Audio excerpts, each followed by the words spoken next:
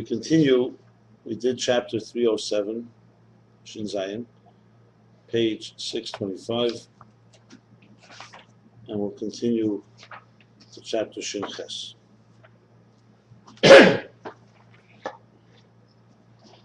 And so let me just summarize it, and then we'll summarize it inside. In context of the whole flow here. So in Perek Shin Hei begins a new subplot, right? The two interpretations in that, Tefillah and Torah. Because if a mincha is the highest level of Kesed, you can't, as he asked the question, you can't elevate it higher. So what does it mean, the mincha l'kei melech? So one interpretation is you're drawing it down into l'kei melech. L'kei is lashon kayach, melech is malchus. As he explained, it's the level of a shem. I'll elaborate in a moment. And the second interpretation is you elevate l'kei melech to a mincha through tefillah. So Torah draws down, davening tefillah elevates. Basically, tefillah doesn't need ostensibly a power from above. You can sit down without anything and just start calling out to God. Torah is a gili. God gave us the Torah. You can't figure it out on your own. Once He gave it to us, we study it. And then to understand that goes the whole discussion now into what exactly is melech, the level of malchus. So he began that malchus, the level of shem. So he's introducing the new concept here, shem. We discussed Eir at length in the previous Maimorim chapters, the beginning of the Hemshech. Now comes a level called shem. In general, shem and Eir are the same level, he says. But more specifically, shem, a name, doesn't have any revelation. When you hear a name doesn't tell you anything. Even though it contains power, Eir right away reveals the source, shem does not, the name does not. So, in a sense, it's like one step removed from the item that's called by that name. In chapter Shin Zayin, he elaborated and explained that even though from a name you could know things, or you see Adam HaRishon gave everything a name, all the creatures a name. Why? Because he had a particular knowledge. But still, it doesn't mean that it reveals anything. It just tells you what the source is. Adam had that knowledge. And one of the proofs he brings is because we see the same individual, same name, several individuals with different personalities. One could be a Talmud Chacham, one could be an Amoritz. That's not possible when it comes to Eir. Eir reflects its source. A name does not. Yet, as he concludes, the end of chapter 307,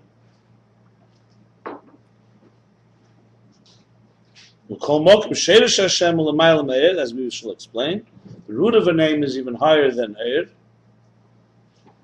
The same thing with Malchus. Malchus is, as he said, is only possible on something that's a stranger outside of you. We say someone's a father is over children. A melech is specifically not over relatives, over something that's apart from you, like a shem. Nevertheless, in Malchus lies something much more powerful than the revelations of Eir. That's the summary. So I'm not going to do the end of the Maimon, I'll just do the Kitzur. And we'll go right to the next Maimon on page 2. So the bottom of Tafresh Chayvav, I'll learn inside. So Kitzur. V'hinei Hashem Sheir Meirish Hashosh Mipnei Sheir. The name Sheir, referring to the Sheir, the Adam HaRishon gave a name Sheir, which of course is the Kolos Hamin. He's talking about the species. Its root is in the face of the Shar and the Markavim. Eini Yedim Mizeh Mahu Pnei Sheir. You don't know from this what it is. You know that it's rooted there. But what is it? What's a Sheir? Ushu Gvura, and the fact that we know that it's Gvura is not because you know it from the name. You know it from you watch a Sheir on earth, You see, it's a powerful Rav Tvuz B'Kerech Shesh. You know that it must be rooted in Gvura and Lamayla. But that's from its function, not from its name. V'zo b'chlolos hamin. That's in general species. Al meprote shem is b'nei adam. Eini yedim etzem shalei. Even more so, you don't the detailed names. Let's say you said Avram, Yitzchak, and so on. You don't know the essence of the person. Mipnei she'Hashem nivdal. That's the bottom line. It's nivdal. A name is separate and apart. And a name in general has a connection not to the soul on its own, but to the soul as it relates to the body. And he brought the proofs. He brought the proof with the different, as I said, the different people have different names, same name, different people. Rashbi, Rabbi Abnuna Saber, Rabbi Akiva, Moshe, they're all the same nitzut, the same source, yet they have different names. And the other way around. Two people can have the same name and be completely different personalities. And he also brought, I looked it up. We were all wondering where it says, Mashashel Nisa'odam Bekivrei Al Shmei. That this comes from a sechta called Chibut HaKever. There's no official source. It's netak in the shenim, Chachmas HaNefesh. I looked it up. Kafter V'ferach, Reishus Chachma. Shari'ira quotes this thing called Masechta Chibut HaKever.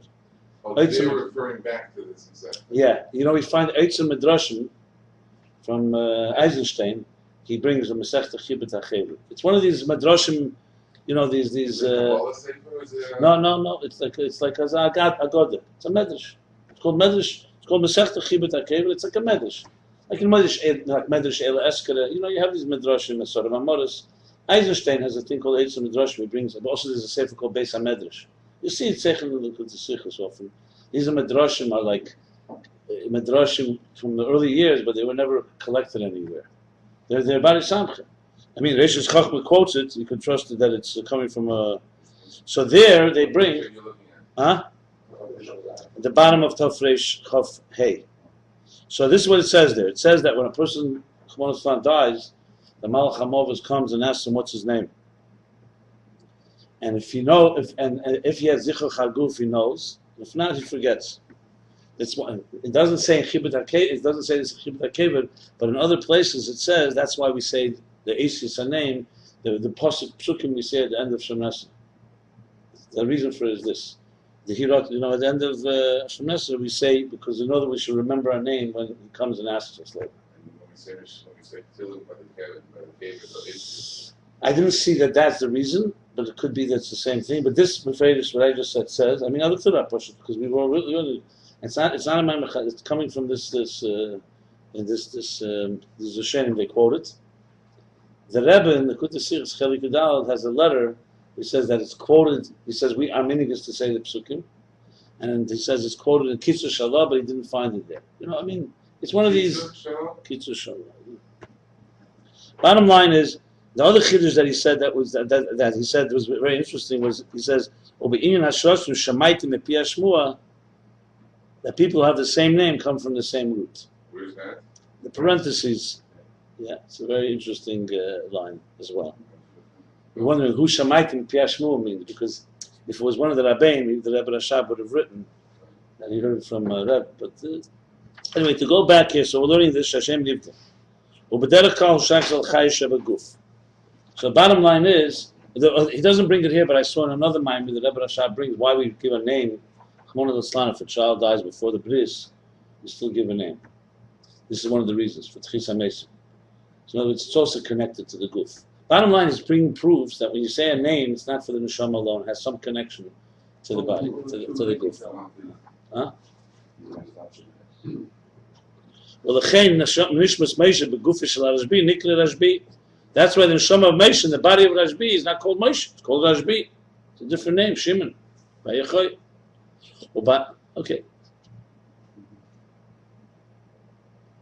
I'll read this already. Bahanal Yuvan, and according to the above, we understand what it says. Anila Deidi Aliyas Amalchus Elekai Hamelach Ba'atzmus. It's referring to the Aliyah, the Matla Maila, the second interpretation. that you're elevating Malchus into Atzmus, V'zel b'Rosh Hashanah Melech HaKodesh, Amshachas Sabrina Malchus HaDeh Tshuvish, Zel Amken Inyan Ani L'Teid. That's from below up. Then, Achakach V'Dei Dili, V'zel HaDeh B'Rosh Hashanah is Galus HaMalchus. Are these two independent ideas, name and this other idea? Alakai HaMelech is teaching is Melech is name. Okay. So we continue. I'll start from the beginning of the line.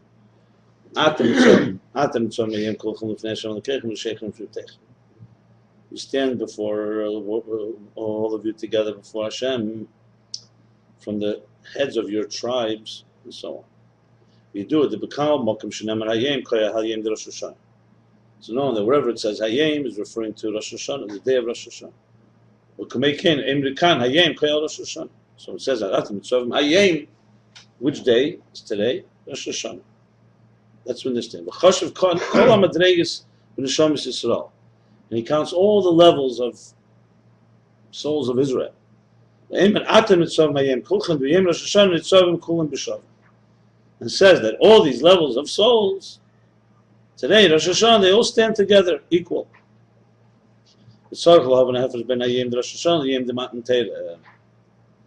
We have to understand the difference between the day of Rosh Hashanah and the day of Matan Torah. The shem Havaya, the shem Hoya Chilukim Madregas. By Matan Torah, they were different. There were different levels. Like Maimer Azal say that Moshe was in one mechitza, was in one section, and Aaron was a separate section, and the Jews were in a third section. But Rosh Hashanah kulam b'shav. By Rosh Hashanah, in contrast, they all stood together. Gam, also we have to understand. Once you're saying that they're all standing together, why is it important here to emphasize the different distinctions? The highest, the greatest, the leaders of the tribes, all the way to Chet Veitzecha, the wood choppers, Shem Memecha. What is that? What's this last Sofa? In general, what is Atam Mitzvah Mayim? I'm not sure. He's asked now what's in the Gay the Protim. What's he asking this thing? Atam Mitzvah Mayim? Okay, I'm not sure. They're all standing today. Okay, fine. Well, the Haven say Yesh like the Mashnas Barla, the Mashakosar, Mimchel, the Kai Hamelech. To understand this, we have to preface what was discussed earlier and what it says. That I exalt you like my God, my King, my God, the King. Asher David HaMelech, Omazel, Klol Se'elam. David HaMelech in Tehillim said this on the general world existence. The Sheish Resibus is Avusim, the Chayusim, the Kiyum, Mechinas Alakai, Hamela, Bechinas Hamalchus. David is speaking about the general world, that the root, the cause that brings into being and gives, sustains, and that energizes and sustains the world is from the level of the Kai HaMelech, the level of Malchus. I know. Yeah, in Shaykh Ramuna, Chai is Kiyum V'Yisavos. Yeah. There he says the Lashon, the Shmei Shikla Lashon Gay is Mechayim, Mekayim, Mahava. That's what level he brings it, but I don't understand. Yeah. Well, Mechayim Bechlal is Mala, is you know, that is Vitality. Right. No, but I'm saying it's like, yeah, Mechayim. Mekayim is keeps it going, sustains it. That it should exist. And Mahava is that it should exist. Mahava makes it the first time exist. No, we're talking about constantly being Mahava. Mahava, that's Mekayim. No. Mahava makes it exist. Kiyum gives it, sustains that existence. And Chayis gives it its own, like an Neshama Mal Saguf. But you have to say, Savas who says it, so Shmei Shikla, Mahava also Rega, and Kaim called Rega. You're right, I'll take the Mechayim on Mahava. Mahava is definitely more constantly brings it into being. And Kaim is, I guess. Oh, I'll take the Mechayim on Mahava. So when what's Kiyum? I don't know. It says places what the three are. It's generally what you said. Yeah, he says. He goes further. He says also sheiru resibus is avusa b'chayis. So that's all through Malchus. What's Malchus? The Melucha who begins his pashtus Hashem belvad melech shmei nikra lei. Melucha. Why is Malchus the force, so to speak, that carries the creative force through Malchus? Because Malchus relates to something outside of itself. If you created the world through Chesed or through Chachma, for example, Chachma relates to you. A person doesn't create. When you're thinking, when you're concentrating on an idea, it's all internally. Even Chesed, which is an emotion, he explains this before, is still, you need others to give Chesed, but you need people that are close to you. It doesn't mean necessarily something that's far distant from you. Malchus insists that it's something that's outside of you completely. He said this in chapter Shin Vav 306. Okay, so that's Malchus. That's the force that carries the creative creation. Like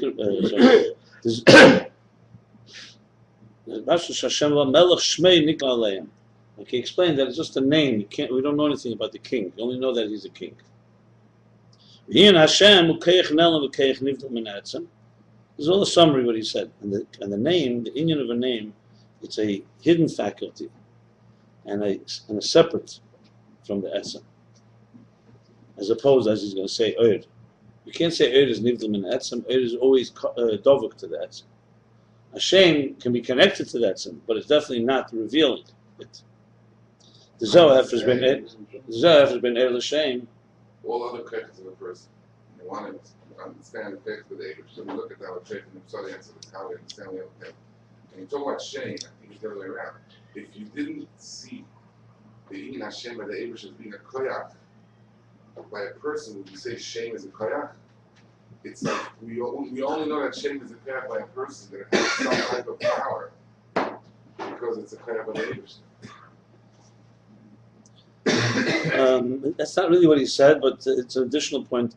Here he's speaking more that when you say God, let's say you say God is a king, all you're only doing is, you don't, like you said, when you say God is Abal Chesed, you know something about him. Mahu Cham and Afat Cham. You say God is a king, first of all, you can't even emulate it. It's just, you recognize his authority. You know nothing about him. It's just that he's a melech. That's what he said earlier. I understand what you're saying, but I don't think he means koyach as opposed to, let's say, koyach hachachma. No. He's talking about koyach as opposed to oir. That's the real distinction. You know, shem is not one of the 10 faculties. Shem is malchus. I mean, malchus is one of the 10 faculties. In that sense, it is. Why is it nivdal? Huh? Why does it koyach nivdal? It's nivdal and nivdal. It's both. Because a name does not reveal anything. A name doesn't tell you anything about the thing. You know a name of somebody, let's say Avram, you know nothing about it. It's koyach l'maleh, right? Shem is koyach l'maleh, it's Malchus, right? So why does it say it's a summary of what it is. It's gilu. Huh? It's gilu. No, you know nothing about what the thing that has the name. It doesn't reveal anything. Look, let's read on. This is the difference between energy or light. And a name, the Eir is Gili Hanika V'Nigish. Eir reveals. You see Eir HaNeir, Eir HaShemesh, Eir HaYem, whatever. Eir is a revealing force. It doesn't have anything more than a revealing, but it's a revealing force. It says Gili Hanika V'Nigish. It's distinguishable and tangible, or nirgish. Sense, you can sense it. Huli is David Ba'etzem. Alkeinu B'chinas Gili. And that's because it's David. Because it's weird. Yeah, because of Huli is. Yeah, because it's attached to the source, to the essence. That's why it reveals. For whom Megalas Metzias Etzem, and it reveals the personality or the being of the essence. Kama Eir HaShemesh ve'Eir HaYem ve'Eir HaNeir. Eir HaShemesh. You look at Eir HaNeir, you know it's a flame of a candle. You look at Eir HaShemesh, you know it's a sun. You look at a different, every air reflects what its source is like. The Kol Zoliyes is David Ba'etzem. All this is because it's connected, attached to its source. Masheken Hashem hu behelam. By contrast, the name is concealed, is hidden. She'ena nikah v'nidish klal ve'ena megalas etzem. You mean the name conceals? or the name? Both. We remember we had hours of arguments about this. No. Yeah. No, there wasn't. Yes, there was. How do you want to say that? The hell. The name is not hidden. The name is concealed, and it conceals everything about it. Every angle it's concealed. There's nothing revealing about a name. Hmm? What No. represents concealed? The name is not revealing anything but the It does. person. It's not revealing. It's concealing. And, He's saying what it and both, and it's also And concealed. it's concealed. Yeah, both. He You said don't know both. the name by looking at the thing. Right. That's me. That's what we discussed. It seemed like you said that. But the more importantly is that from the name you don't know anything else. I mean, But from the name of the king, meaning from the reputation of the king. you know, he's a king. You don't know what kind of king. Whether it's let's say, is he a dictator or is he a... Reputation, Shmoy means his reputation. no, but that's what... Shmei is the way he types Shmei is all you know is your king. That's it. You know nothing about him. I mean, if you do know about him, it's because he revealed something else besides his name. Like, you know, King Nicholas, Tsar Nicholas. What do you know? Was he a Rasha, Tzaddik? If you do know, you know from Pulesa, not from the name. Look again, those that know how to read names, it's a whole different thing. They see Shloshim, we're not talking about that. We're talking about what we see. Eir, you don't need to have education. But Eir is Gili. There's nothing else but Gili. It's the educator. If a sun didn't have sunlight, or, for example, it would be completely covered up by an eclipse, you don't know it's a sun. You can speculate. The whole thing of light is revealing. To say something is a sun, if you told your child there's a thing called the sun, and you don't say anything more, there's no clue. Is it a frog? Is it an elephant? Is it a luminary? The same name, sun, means nothing. You say, come outside, look up, look. Oh, that's sunlight. The light itself reveals what it is. It's very basic. This is not so... It tells you about itself, whereas the Shem tells you nothing about itself. Exactly. Doesn't mean Shem doesn't have power. Anyway, let's continue. Hashem and Hashem behelm. Shem v'nigzrein megalas esa. U'masha Hashem made ala sheirish makir. Hein b'cholos Hashem is k'mosher nesher adam. And what a name shows on is Signifies. right. On the source, on the root and source of something, both in the name, general name of a species, like ox, eagle, adam, human. Hein beproti Hashemus, and also in their detailed names, meaning not the species, but individual names. K'moi lezen no liklis sher, or lezen no liklis chamer. Hey, that's interesting. That's proti. On Shemus, that this one is appropriate, or this is appropriate to call. Yeah, to call to call a ox. This one a chamer. V'chein beproti Hashemus, proti Shemus adam k'mei Avram, Yitzchok, Yitzchak, Yaakov, Yibokah. He gave all those examples. Kol ze ein Hashem megalazes. All this, yes, it reflects us. It shows you in the source, but the name does not reveal. In other words, the name, whatever that specific name is, because it's connected with something much higher. Right.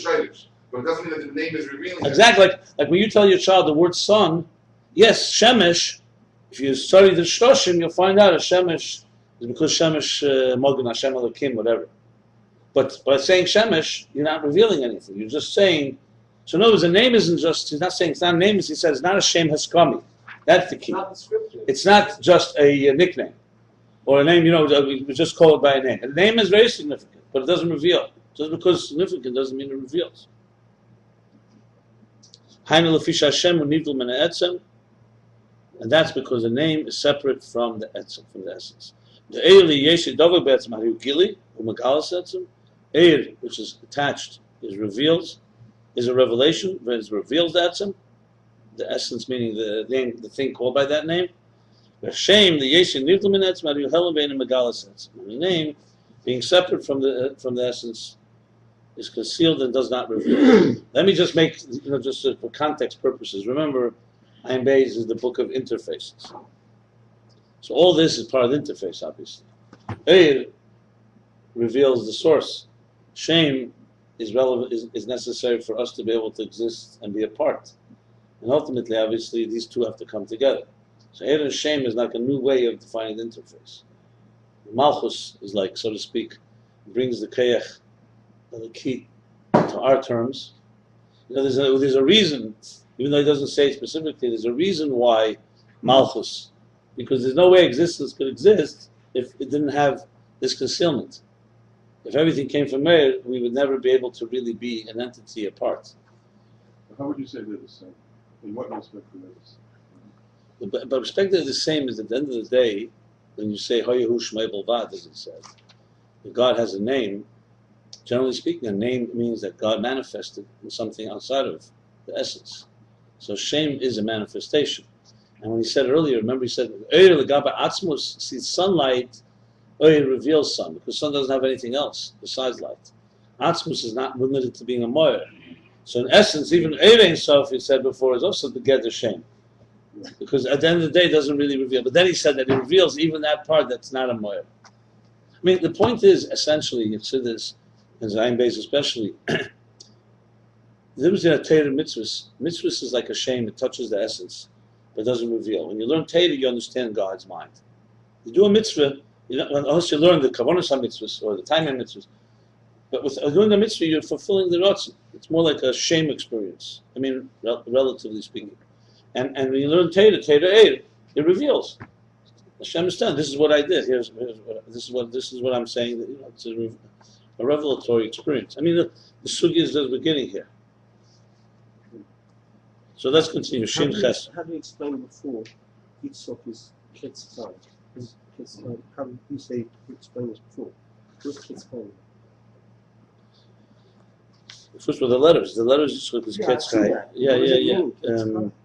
I believe it's from the Arizal. What did he say? Did he explain it before? He just said it. He just said it. He doesn't say it. You didn't explain them. He explained Yaakov. Said, if I recall from my memory, if my memory serves me right, there is the Rebbe spoke the 80th anniversary of Temchet Minim, the Tovshin Lamed Zayin, Chayel. So he brings Ketz Chai. And I think what he says there, I'm trying to remember.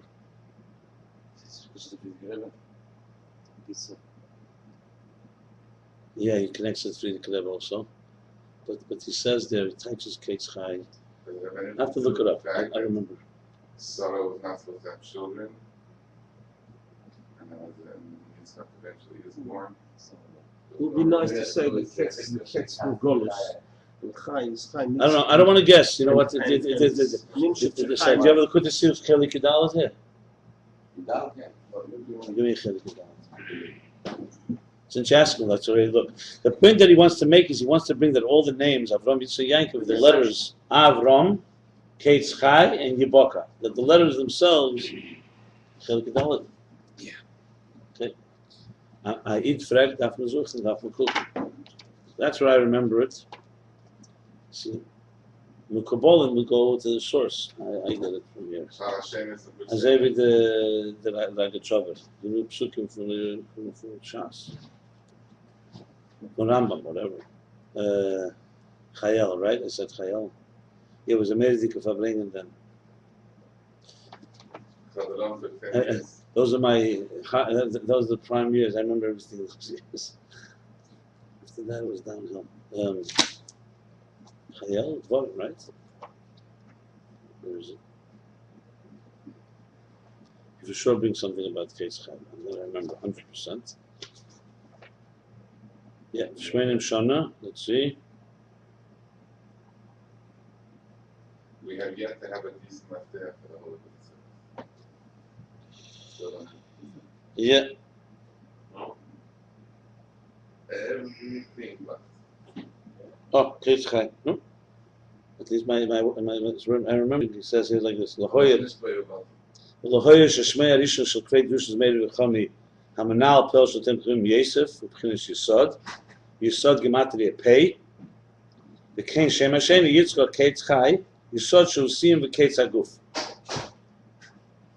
Yitzchak is in itself Yisod or only because the case of Yitzchak?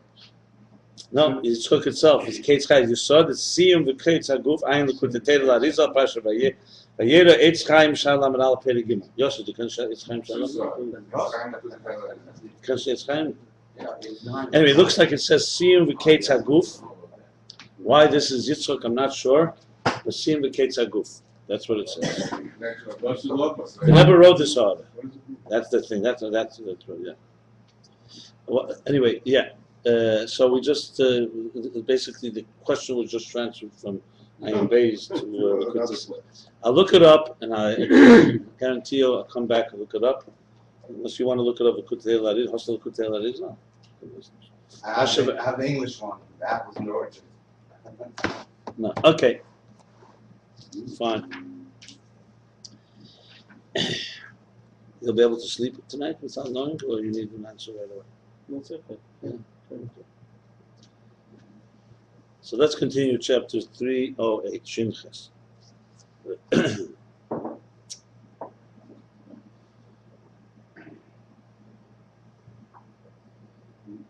What do you think about the Rebbe Rashab? Huh? This is Aziz? Huh? Okay. Shinches. Hine, commission is about a hefresh ben shem ve'er l'mayla. And now, just like we explained, the difference between a name and energy above or light. Hainu b'chayes aleki be'elam is v'nivroim. What does it mean l'mayla? He's spelling out what he means by l'mayla. L'mayla means in the energy, the divine energy that is within the worlds and the creatures. So as he said, Alekai HaMelech is shem, and that's the difference, and the difference between them and how they bring chayes. So one of them reveals, one of them is conceals, one is separate, one is attached. K'moikein hu ba'adam ben shem v'chayes. The same thing in the human being, lamata, in other words, in us, there's a difference between a name and life energy, life force. So now he's basically saying Oyer is like chayes and shem is shem. Chayes HaNefesh, meaning the life force. You see a human being is alive. The arms are moving, legs are moving, the mind is working, the heart is beating, etc., etc. This is a revelation that's niked, it's recognizable, v'nirgish, and sensed. Very clear. Everybody senses, feels this chayes. Now he's talking about a healthy human being. You see it through mobility, through movement, through whatever it is that we call life. So in the present parentheses, v'niked boy shul chay. Not only he senses it on his own. No, they didn't say that. Hakol margishin, that's everybody. He's saying something else. No, that he's alive. no, right? No. Nikkel boy shehu chai. In addition to seeing chayes, you see that he's a live entity. That's what he's adding here. He's seeing a live entity. Gam beis hashin nikkel shehu chai. In other words, even during sleep, you recognize that he's alive.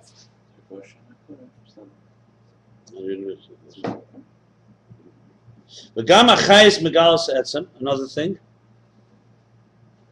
life force, it also reveals the etzem, shu etzem chai, u'b'chinas chayes atzmi. Let me explain what that means. It says in places sometimes the word expression chai, the etzem chai lahachis. Right? You could argue, for example, when you see a stone flying, is it a flying stone?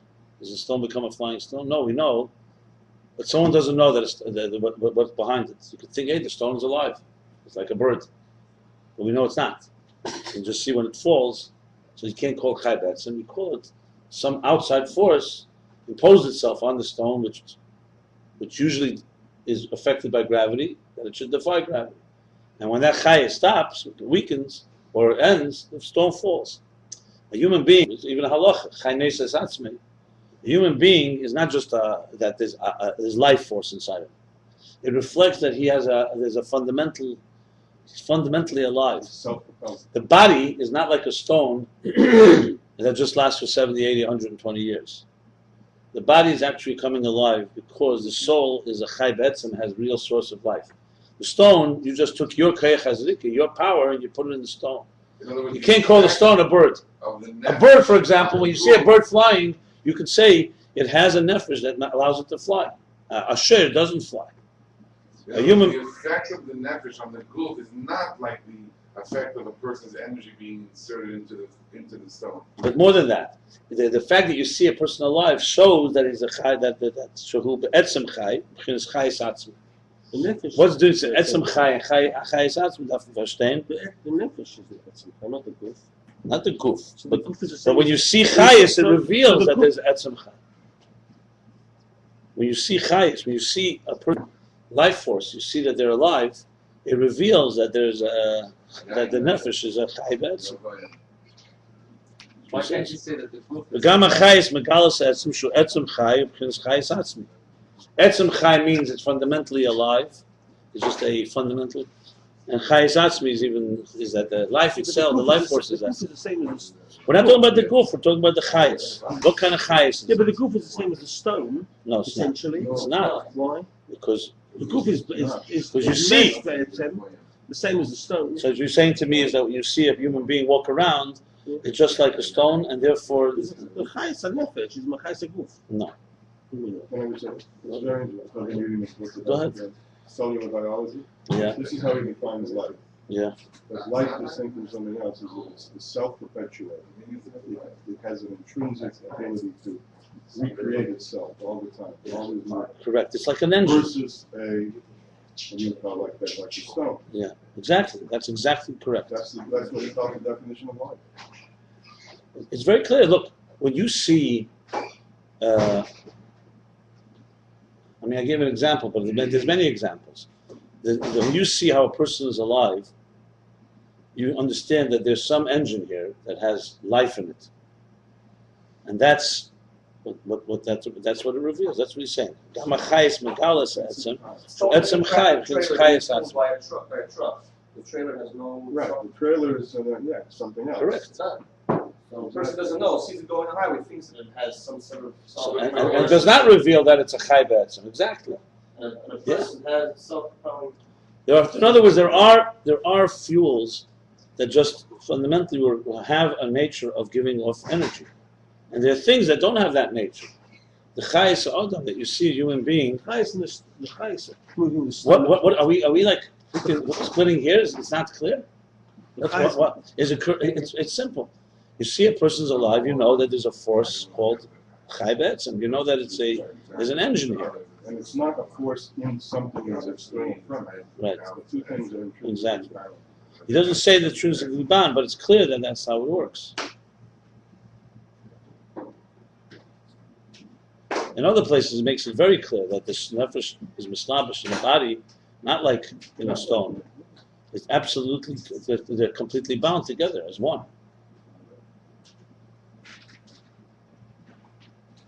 The only difference between the guf and the stone, the guf is the nefesh is melubish b'guf, and the chayis which moves the stone is not melubish the stone, but it comes from Does this- it does comes from a nefesh. Does it change the pshat here? Protection. What are you saying now? What are you saying now? Does it change what it says here? That's the question. I gave an example. The example doesn't work for you. Don't use the example. But the bottom line is that the chayis, he's adding now a new thing. First he said that chayis, you see it. Okay? The second thing he said, chayis reveals the source of this energy. This source of energy is etzem chai, b'chinas chayis atzmi. Just want to elaborate. Yeah. The chayis atzmi nesa beis inyanim. Chayis atzmi. Remember, chayis atzmi means that it itself is a self-generating force of energy. It does not require something else. Now, of course, you can start saying, one second, if you don't eat, the chayis of the soul is is not gonna sustain a person. That's only the fuel. Yeah, exactly.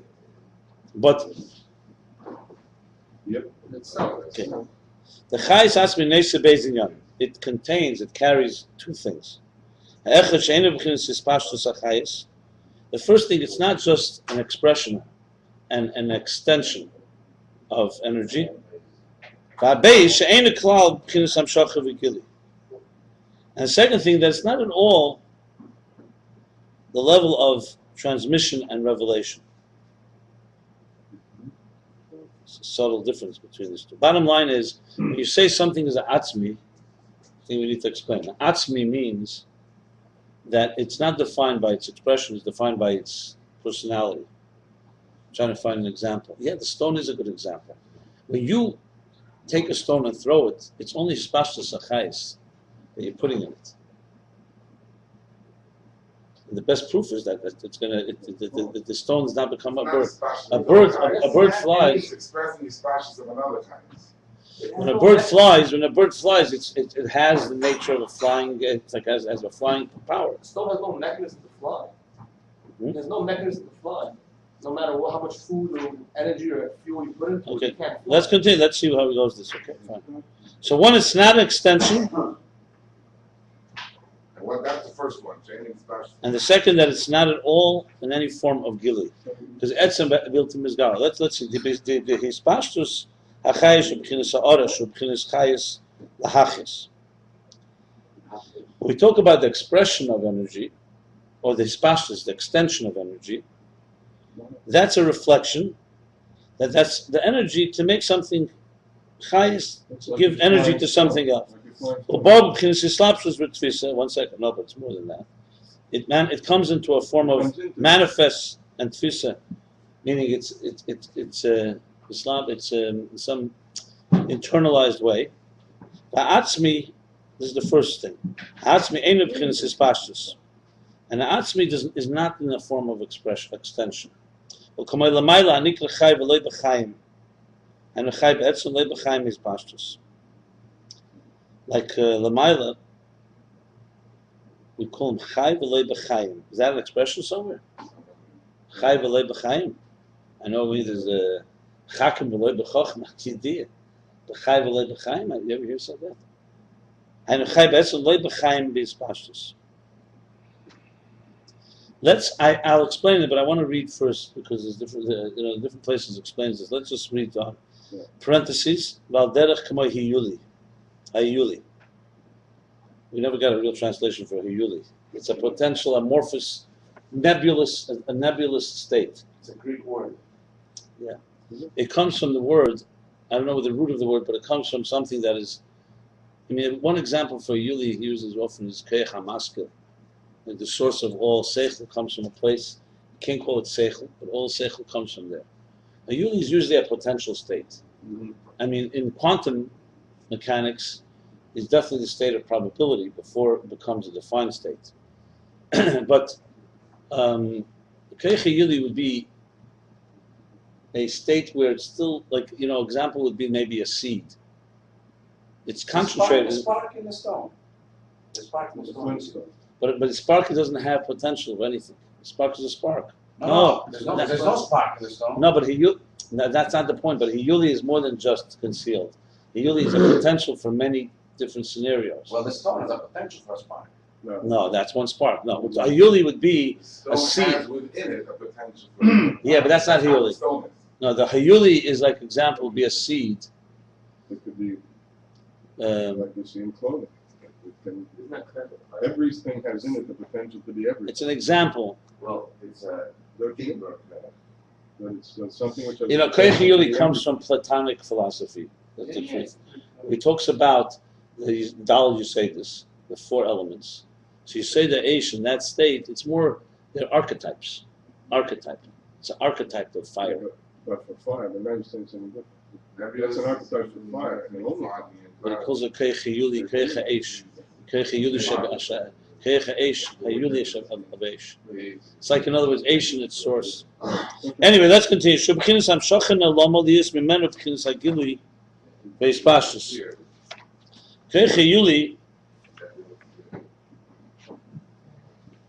is a Hamshachan Elamo. It's a concealed transmission.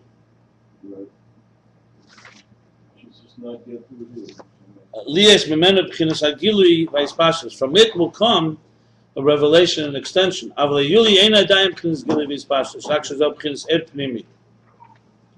the Yuli itself is not yet in the form of Hispashtus. I want to find an example. There must be a good example for this. What's wrong with the fire and the flames? What's wrong with it? Okay, fine. So from it will come a Gili, but meanwhile it's not. But actually, it is pnimi. Similarly, you could explain the idea of life, but not an extended, not an expressed form of life. I guess when you say, just for an argument's sake, when you say something has, I'm just using engine as an example, but an engine, its engineering is such that it can generate power. I'm not getting down to fuel, etc., etc. It generates power. See, even if it's not right now on, let's say, and actually generate, the switch is off, that's a chai be'etzem. I mean, it's not, I can't call an engine a chai be'etzem, but example, it's not dispastus. In other words, it's defined because it is the power to give energy. It's an energy generator. The water has the power to give electricity. The energy has the power to give electricity. Can you use that somehow? Yeah, you could. In other words, basically, he's trying to explain. Channeling energy exists. The water follows it. Energy exists. No, what he's trying to explain is. Let's say the water's not flowing right now. He's trying to explain is that you could have, for example, someone sees. Let's for argument's sake say, electricity is generated in a source somewhere. It comes through wires, and if your child asks you, someone asks you, if I, God forbid, I touch a live wire, I'm going to get a shock. So you say, this wire is the source of energy? You say, no, the wire is just is extending energy that's coming from somewhere. And someone say, where's the source? You go to the source, you may not even see energy, but it has the power to generate a certain amount of energy. So you could say a soul, before it comes into the body, has the power to give chayes. When it comes in the body, you see it. Or another example, God forbid, a person, let's say, is in a vegetative state, a coma. So you look at the person, you don't see a life force. But that doesn't mean the soul doesn't have the power to give life. For some reason, the body's unable to receive it now. What I'm trying to say is you could have a thing that's called hispashtus achayis, and chay lahachis does not compel us to say it's chay be'etzem. Just because it's giving life. The Rebbe wrote a letter many years ago, I remember it was a Rosh Hashanah letter, he explained the difference between chay lahachis, chay be'etzem, that a chay be'etzem always has the power to make other people come alive. A chay lahachis does not necessarily, it can be alive itself, but it can't make something else come alive. Chay lahachis means to make something else. No, because it means chay lahachis really means chay be'etzem. It's in the state of chay lahachis. It's the chay. In other words, for example, a neshama can bring your body alive, but you touch somebody else that's not alive, you're not going to bring them alive. Chay be'etzem could do that. Chay be'etzem could bring alive somebody. They sometimes would say the difference between a beinli and a tzaddik and Tanya. At the end of the day, a beinli, according to Tanya, is old machshava, he's like a tzaddik. But then he has a battle. The bottom line in action, what's the difference? Nafkamina between a beinli and a tzaddik. I once heard that the difference is a beinli cannot make someone else become a beinli, and a tzaddik can make someone else become a beinli. Because in other words, it's not just that you have power. The question is, do you have enough power to actually give another person power? And that is a chai be'etzem. Only a chai be'etzem can do that. In other words, the neshama is a chai be'etzem, and talking about the context of giving life, but it doesn't have the power to give someone else life. The beinli is tied up. He can't remove fire things. The tzaddik couldn't remove fire. Yeah, okay. So bottom line is It's different than saying something that has did before. I'm just giving examples. I'm trying to explain the difference between something that's an extension of energy as opposed to the source of energy. He doesn't say those words exactly, but it's a way to understand what means chai be'etzem. Okay, so one second. So bottom line, what he said was like this: Chai be'etzem, chayes atzmi, has two things. One, that it's not about the extension of energy; it's about the source of energy. And that it on its own is not really in a state of transmission. The question I'm having is what's the difference between Hamshach and Gili and Hispashtus? It's the same thing. Because there's a distinction. I can't figure out, maybe he's going to spell it out.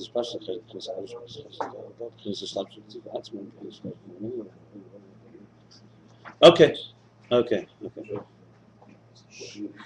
I mean, generally speaking, when you speak in Chassidus, they say someone's an atzmi, or someone's a pnimi, someone's an atzmi, and someone's a chitzon. What you're saying is, you could look at somebody, for example, The Rebbe brings it with the Mittler Rebbe, the Alter Rebbe. The Alter Rebbe Davin, you saw the Goli, his fathers. The Mittler Rebbe, not the Alter Rebbe was an Atzmi, also Begili. The Mittler Rebbe was only an Atzmi, so he Davin, you couldn't tell anything. That doesn't in any way mean that it's not that within, essentially, was in a very deep level. So an Atzmi is somebody does not have to express himself. And someone has to tell you that they're great. The Rebbe says in terms of Atzmi? What are you saying? No, he said it as an Atzmi. He says an Atzmi. Yeah, an Atzmi is something that has it. When the Rebbe says Alter Rebbe, it says in terms of Atzmi. Yeah, he didn't say the Alter Rebbe is not an Atzmi. He just said that Mittler Rebbe was an Atzmi. There's a story about it, that the Barditchever came to see the Mittler Rebbe, and he saw nothing's happening. So he asked Alter Rebbe, so Alter Rebbe said, "Ich bin mekane." He's mekane the avodah of the son, that he could do it in a way that he doesn't even have to hide it because he's so connected with it. In other words, an Atzmi, when it says, sometimes the Lashon is Atzmi bilti mizgal or Atzmi bilti mispashet. An Etzem, by definition, is not an expressor. Now, the question is how then an Etzem expresses itself is another story.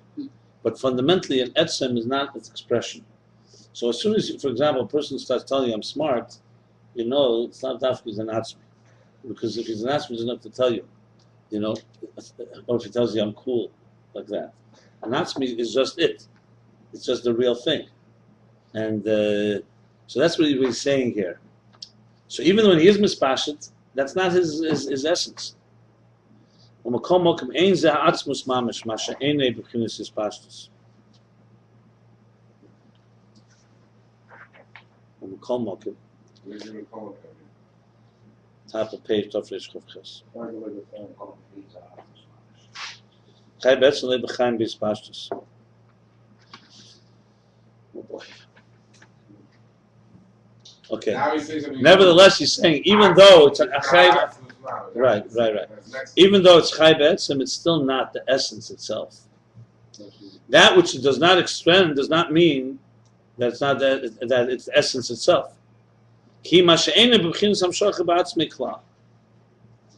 means that there's an essence.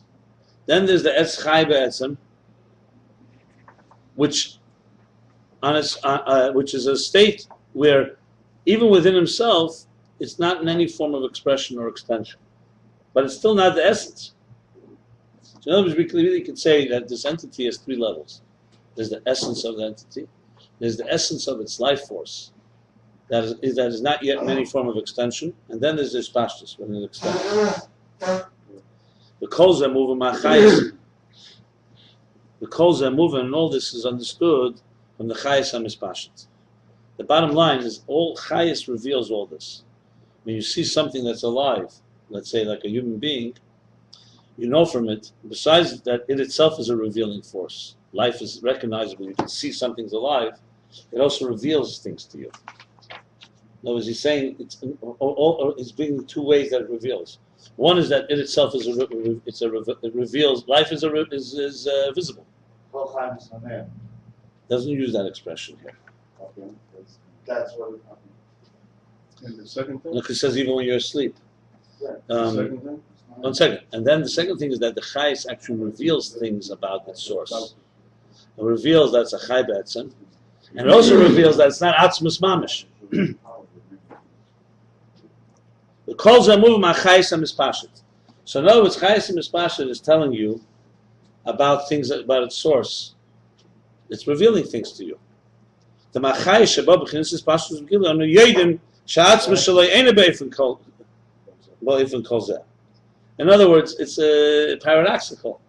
But the fact that it's such a life force tells you that the source, the etzem, is not in this. Is not is that on a yedim sha'atzmus essence is not in this form. Kim she'ena b'chinas hispashtus. How does seeing it alive tell you that? That's what I spoke before. It tells you to Seeing you. it's alive tells you something about Yeah. that it's not within its sponsors. How do you see this? That's why I gave the example of the stone. Because, okay, let's go back to the wire. If you see electricity generated into an appliance, So if you don't know anything, someone will say, you know what, this light bulb maybe is just a self-generating energy. So, And it's not self-generating energy. And if you study it, you'll know that. Basically, that's what he's saying. That you can see from the force of the way it's giving off energy, you can tell that its source is not what you're seeing. There's something much more behind the scenes. he says, you can see she'enu b'bekinis is possible. The source is not that. Sources. That the source Okay. is, in other words, Okay. what it tells you is that there's a source of energy. Let's start with that. And it tells you that this source is not like what you're seeing. If you see a hot spring, In other words, there's no question. I'll explain for sure. Look at a human being that's alive. It's a miracle. What is life? What happened exactly? Egg was fertilized by seed. Suddenly you see a thing growing. And it's growing. And then suddenly, pop, it emerges as a child. And now here, look at us. Well, it's a complete mystery. It's clearly, if someone says to you, like, let's say a scientist will say, no, it's simply nothing. It's just that you're alive. It clearly, the source is not what you're seeing. There's no way you can just explain this and say that this is just, energy happened to jump in that. That's why I said a stone, you use your strength, you throw a stone. Someone looks at the stone flying, you say, well, wait a second, and you'll see there's nothing really here. When you look at a human being living, heart beating, the way we live, the way we're alive, reflects that there's a source of energy is no way similar to what you're seeing. In other words, it's more than the sum of the parts. You look at a human being and life force inside a person. It's not. It's in no way. It's not superficial, and you're dealing with a source of life. And the truth is, let's answer this question. The heart, you can say, okay, the heart is structured simple. What is making the heart pump all the time? What exact life force is making that heart pump every second, contract and expand? Clearly, it's not the same energy that you're seeing. That's the bottom line. Energy reveals that its source is different. He's not elaborating, but this is... Well, if you answered the question, you probably get it very clear, right? If you stated the biological, it's just electrical impulses. Yeah, but even that tells you That's this. totally different than what you're seeing. You're not seeing Also, those exactly, it's also different. things. So the same thing, in other words, the flow of energy, but the interesting thing that he's really saying here, that chayes has this air element in it. Energy reveals a source. That's the bottom line. So if someone said to you, you know what, there's no such thing as a sun, all I see is sunlight, there's no sun. You say, that's ridiculous. This light tells you it's coming from somewhere. Because light doesn't have, it's revealing that there is a source. Shem, is going to say, doesn't do that. You see a name of something, it means nothing. Yeah, you know the thing has a name, but you don't know that it has a source. You don't see the source.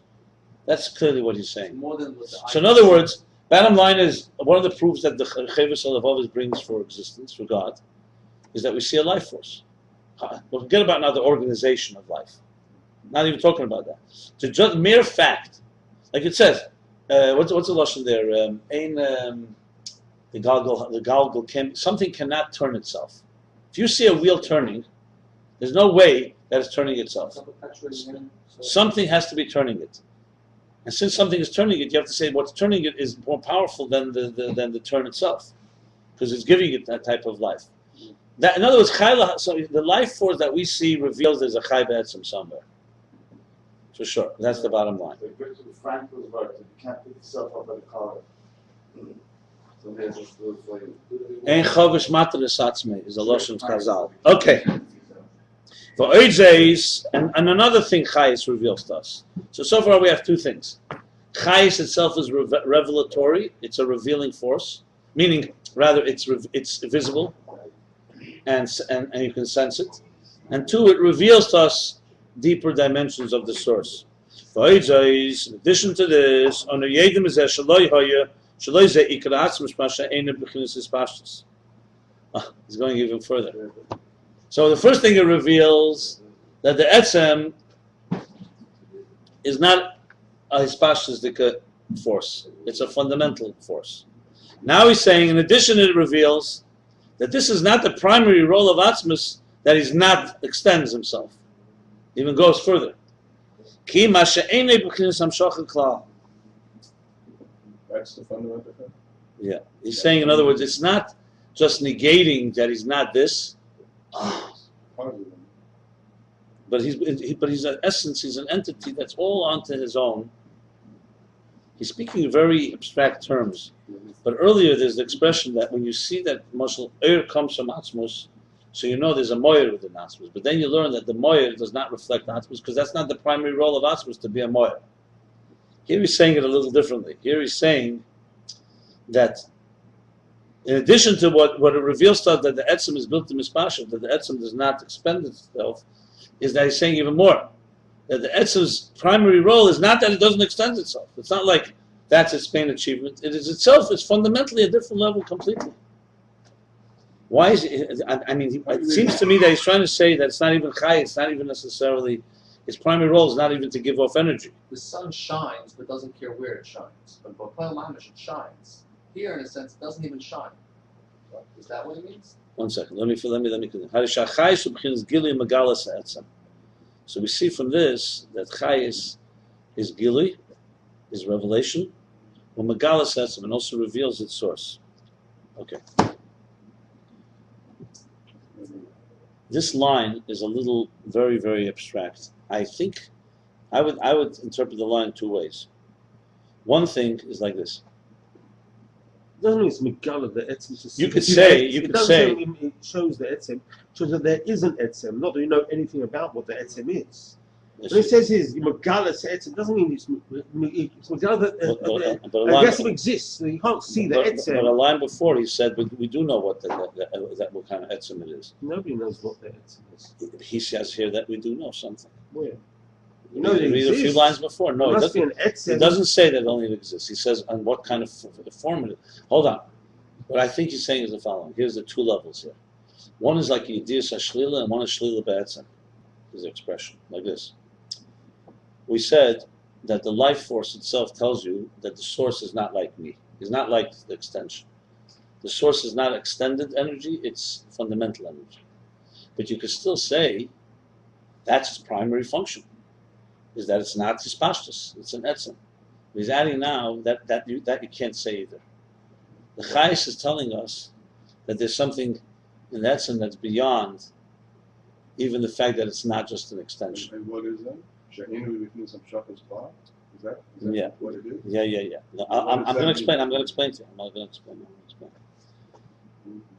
Energy shows that there's a source that's not like the energy itself. Because if it was, it doesn't say it here, but if it was, it wouldn't be able to give energy. To make something come alive, the source has to be more powerful than the thing that the life it's giving you. Okay? So that essence is a atzmi, not his pashtus. But the question is like this. He's not saying this specifically here, but I'm sure that he's alluding to it because he said it 2 chapters before. Why can't we say, for example, that God, all he is a creator of existence? All he is a creator of existence. Yes, I agree, creator is not a creation. Creation is an extension, and a creator is an essence. Creations can't create. A creator can create, but that's it. That's what he is. So what does creation reveal to us? That God is a creator.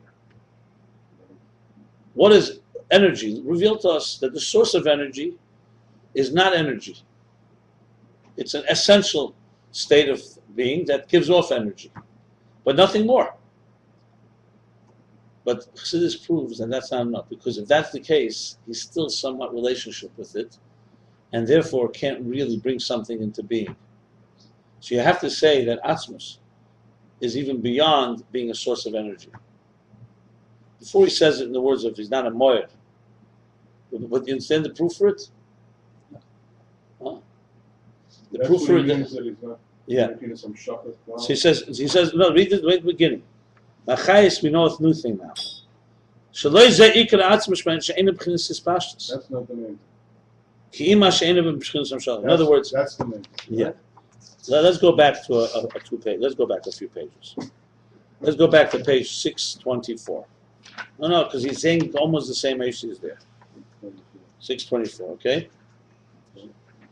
Look at these lines. I'm going like 2/3 down. There's a line that begins, and we'll call Mokum Ein Zeh Nikr V'Nigl. Mashenken Eir. You see that? Mashenken Eir? Mashenken Eir, Hari Gili HaNikr V'Nigl. Almost one word for word, Nikr V'Nigl. Listen to this. From energy, we know the greatness of the source. Okay, if we do the kol eir me'ein hamoyer l'fishu davik b'hamoyer. Okay, yedim mezeh mehus hamoyer. Listen to this now. Aval Hashem einon en yedim mesesher and yedim Hashem ma'edim ma'etzem nafshe. Now look at the next parenthesis. B'mokem acham mevur shema'ir gam kein einon yedim mehus ha'etzem. Ki ha'atzmus ein rak b'chinas moyer. It isn't done. Al derech ma shekosu b'teira eir. That says the loizeh iker alakus. You see the same notion, loizeh iker. Not the primary thing of alakus is not what air comes from it. That means the primary thing of atzmus is not that it gives off energy. The atzmus neisha b'atzmi kavyochel kamen yom shleim zgal klal. So if you say, let's say, a generator of energy, here's the proof. Right. When you look at electricity in a wire, you look at electricity in a wire, right? You know that there's a source that's not like the electricity you're seeing. Someplace a source for this energy. But you could argue that's all that you know. That's all there is. There's a source that's not espashtus. Okay, but then comes the question, so how does that source get energy from? The answer is there's an etzem that's not even energy. And that has the ability to have a lot of things in it, plus also the ability to give off energy. That's what he means. Because you're only carrying over the question. You know, there's the Chelam story that they saw the car moving. He says, "No, a horse isn't pulling it. How's it moving?" He says, "A car behind it is pushing." What's pushing that car? Another car. And the last car? That's a technicality. I forgot to ask. If you see something's moving, you know something's moving it. This is. But then questions: who's moving the first mover? So if God is just a source of a generator of energy, you could ask the question, who created God, so to speak? So you have to say that Atzmus is not bound, is completely beyond energy altogether. He's a completely different type of entity. He's not just not hispashtus, which is the first stage, that he's something fundamentally essential. This is what he's saying. He's just, it's all so short in the word. That's why. So that's what he means by the words, ain't of it, but Right. what it really is, Right.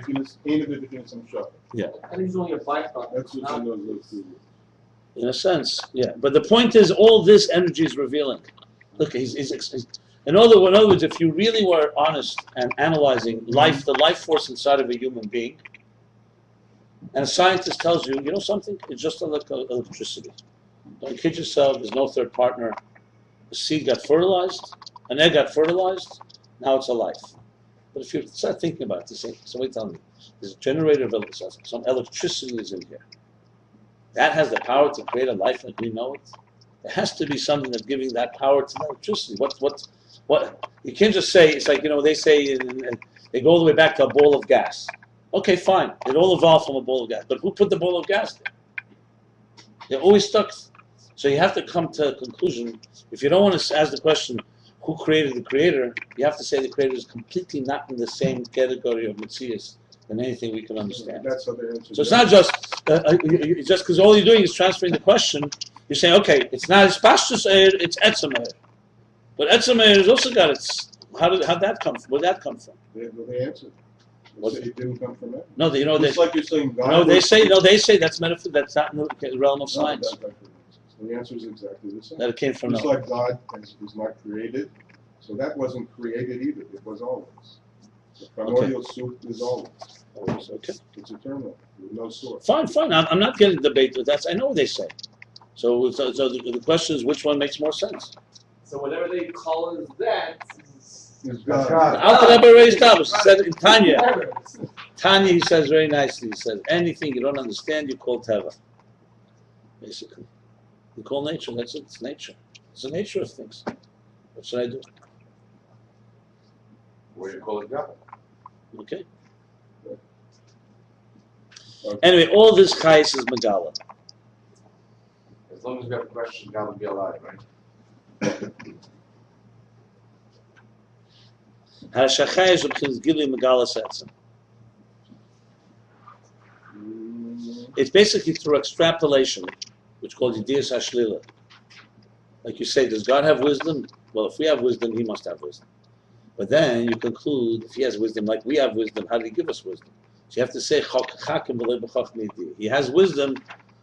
The only reason we say that because you can't say He doesn't have. So it's like saying He does not have wisdom. But then you say, is that all He is? Not our wisdom? You have to say, no, He has something far beyond that. That's why He could put it all in place.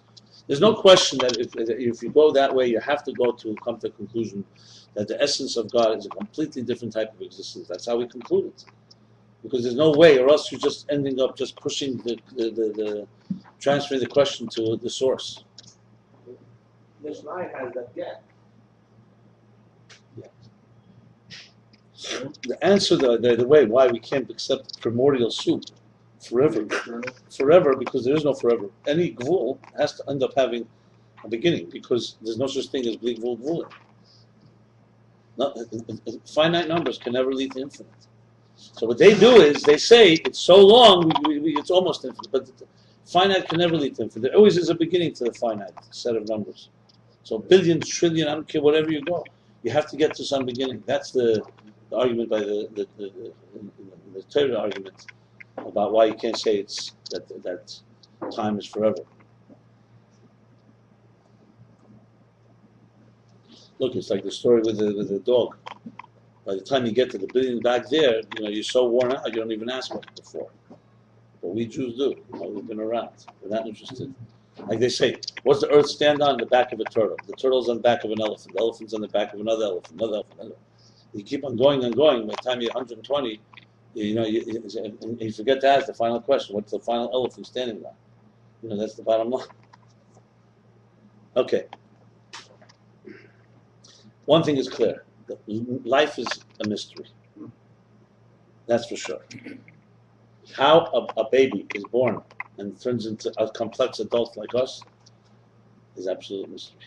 No way it's just some electricity flying around. Right, Mayor? Doesn't even make sense. Look at us.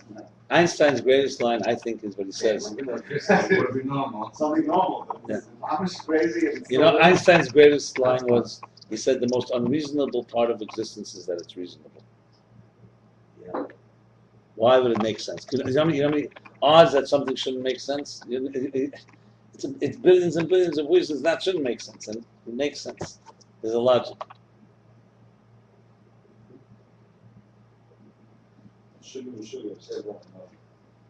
Okay. V'hagam shagili achayis v'ayidei Hashem. That's Eir. That's Chayis. So Chayis reveals and Shem conceals. However, the question is V'hagam, even though we say that the revelation of Chayis, of life, is through the name. We said that before, that the name is what binds. What's this? What's the sound? Does anyone understand the sound? What's that? Okay. Live with the sound. I hope it doesn't mean the whole thing is over. Huh? Battery being charged? What battery? Laptop. Not that. It's an Plugging electricity. in right now? Talking about electricity, it's getting nervous. Jumping Giving around. you source. Can you shut up this sound, do me a favor? I didn't mean that to the audience that's listening to this. I have to say anything, but someone will write to me and say, wait, would you tell me to shut up? Look, the problem with this is a one-way street. They see you, they don't see them. So, well, I know somebody's singing a bubble bath and watching the Ayin Beis. I think she just said. You're broadcasting. Seven. You're broadcasting? It's not live, but it's going to be broadcast. I think she felt like it this time. Uh-huh. I think she felt like she just kind of just let it go. Okay. About stuff. Is there someone out there or not? Tell me. We're waiting to know. Is there life out there? Oh, If there's life out there, just nod your head. It's not Send my us a message. function. I don't reveal Send it. us a message. I Huh? reveal- That's not my function as life, to reveal it. Okay. Rabbi Rashab. Man, he's really taking us on the trip. V'hagam shegilei achayis v'ayidei Hashem. And even though we just learned before, or the revelation of Chayis is through the name. V'Hashem ar yukei achelem ve'ein achayis ve'ech achayis v'gili. Once you bring in Here's a new question, because he's speaking about the difference in Shem and Chayis. Yeah, He asked the It question. sounds a lot sure like- with the sound, the louder you speak, the louder the sound gets. So I should speak low? But I don't know. What should I do? Okay, you know what? It is what it is, and that's it. We'll worry about it later. I have no patience with technology. Technology has to catch up to us, not we have to catch up to it. Anyway, so he's asking a question. We just said Chayis is Gilui. He's asking a question. Shame is Gil. It brings the Gilui Chayis. Shem Arikayach Nehelam. And the name is a hidden force faculty. So how is the Chayis revealed? Yeshleimer Commission is Barley al Perik Shinvov. So we can say it's what we explained earlier, chapter 306. That's the chapter we just looked at. What did he say there? The Lamai Lagama Ed B'chil Shem Lagabe Atzmus. Because above, even the Eid is like a shame. We said that before? Or just the first time we heard it? Stop it and start it again. You can't do that. It's actually, you can't do that. You're going to stop it now. In class. Streaming live? You want to, Just record it. What? I'll just make it down. That's it.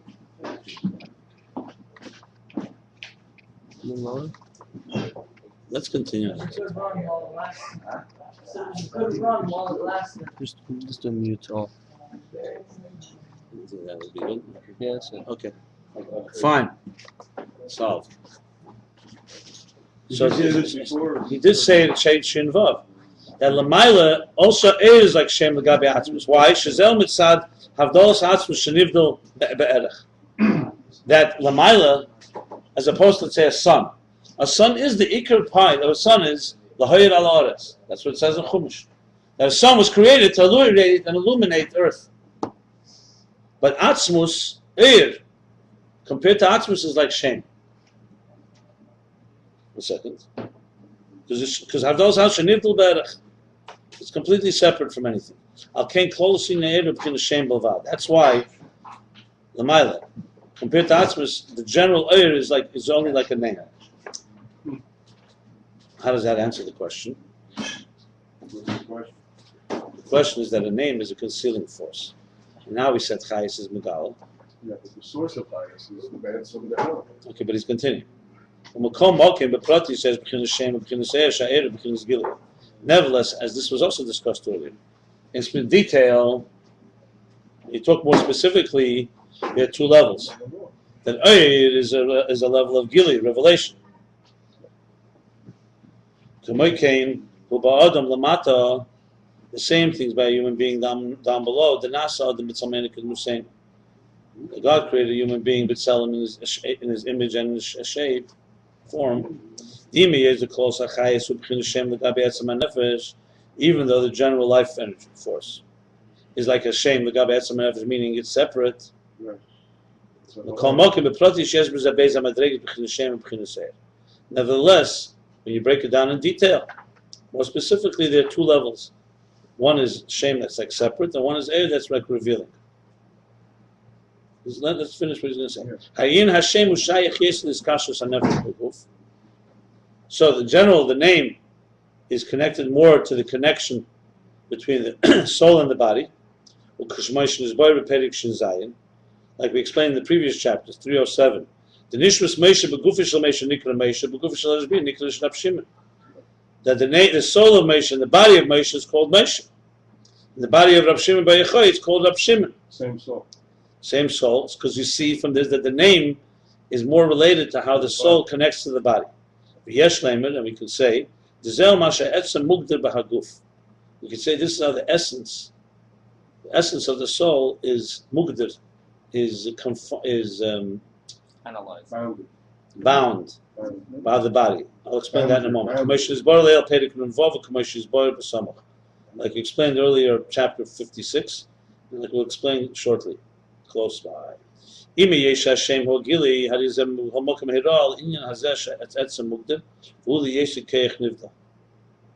even though the name is a revelation, nevertheless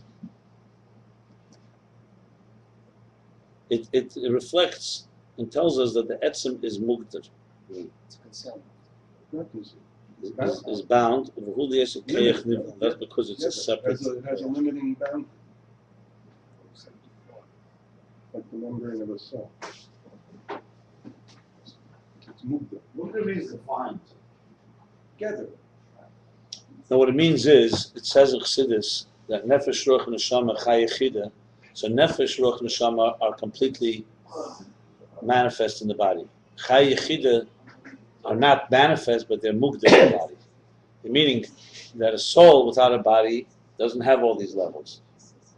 But once it's in a body, even yechida is somewhat confined in this body. It's only called confined, it's not called revealed.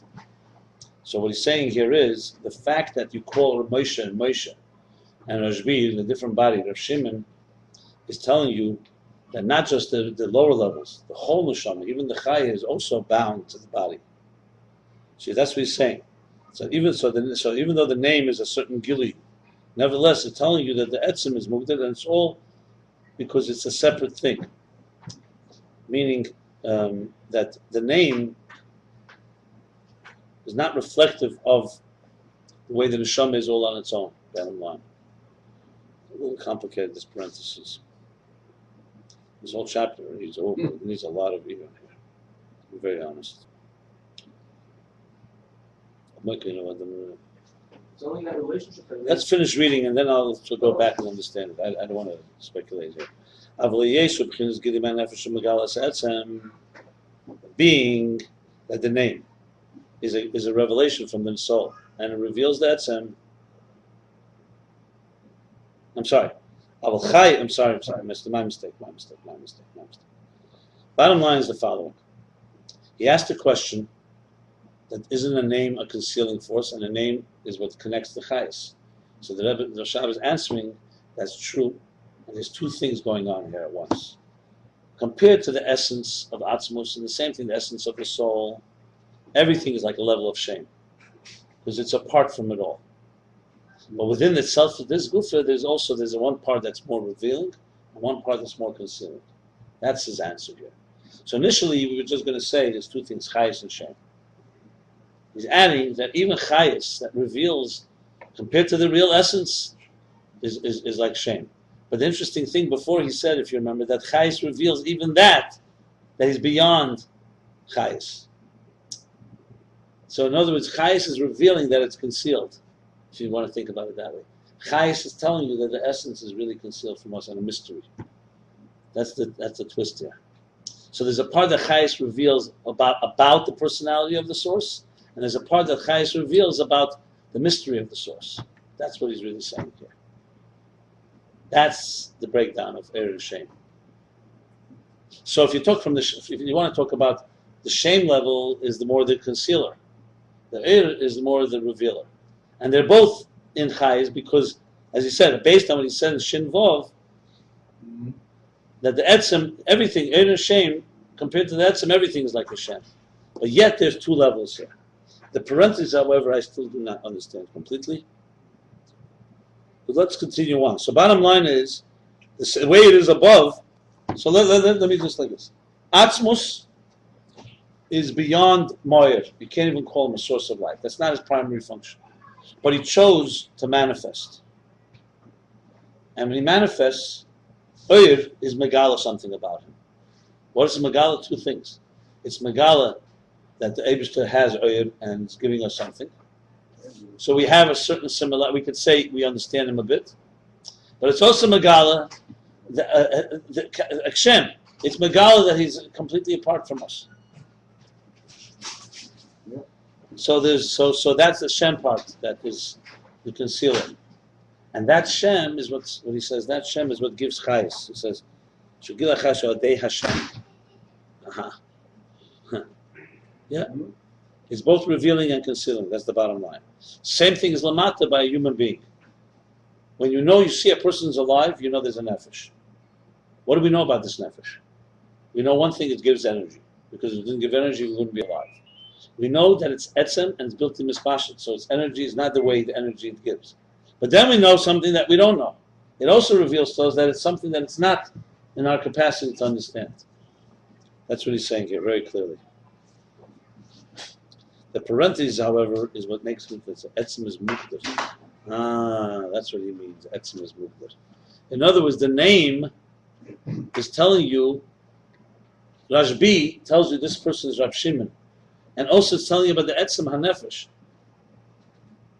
Because etzem hanefesh is mukdar, but you don't know anything about this etzem. That's what he's saying. Okay. Aval chayis hu b'chinas gili ma'nefesh. Umagalas etzem. So there's the two things. So name does not reveal. That's why you could have one person, two people with the same neshama, and one person is named one way, and the person another named another way, right?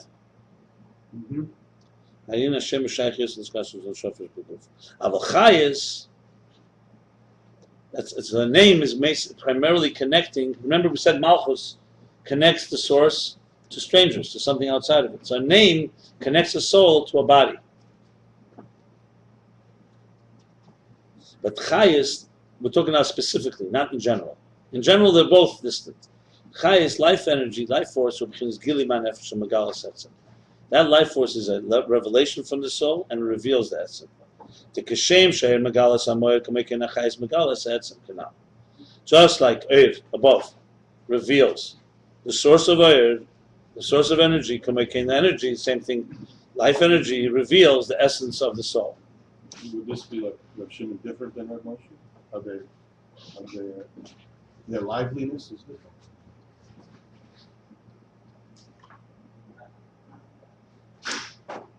It's a good question. I think yes. I think Rav Shimon, the difference between them, the shem tells you, okay, if you talk only from the level of Eir, or Chayis, you could say that they both come from the same neshama. But once you're talking how they're mislabish in the guf, once they become bodies, something happens here that even their essence in some way is different. That's what you have to say something like that. He's not spelling it out clearly. My guess is that the fact that one neshama can come into two bodies tells you the mystery of the soul. That it has dimensions in it that are different. That's for sure. That's what it seems to me, but I'm not sure. I have to think about it. Let's I know that. And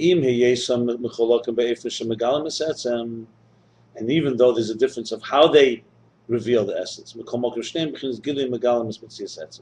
talking about chayis and eir.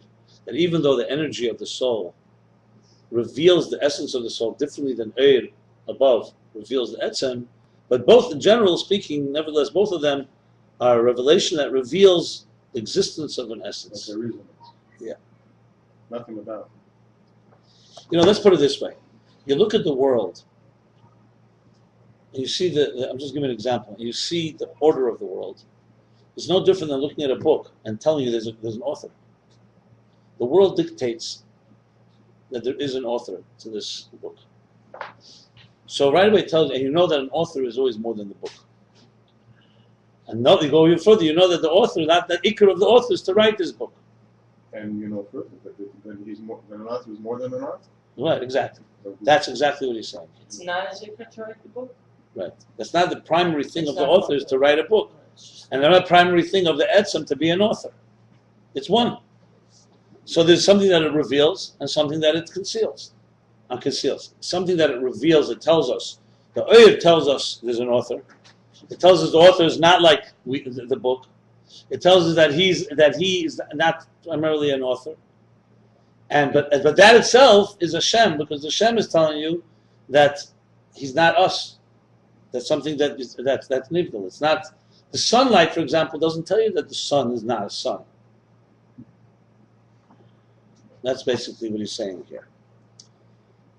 But there's a distinction of how this, so the soul does, that's what it tells us. It tells us that it's not that. And that's the shame part, is what it's saying, is focusing on. You don't know from a name what it is. When it's nivdal. But that goof is a revelation. So that's the twist there. Understand? It's not just concealment. It's revealing to you that you know nothing about it. Okay, very interesting. And the same thing is with the faculties of the soul.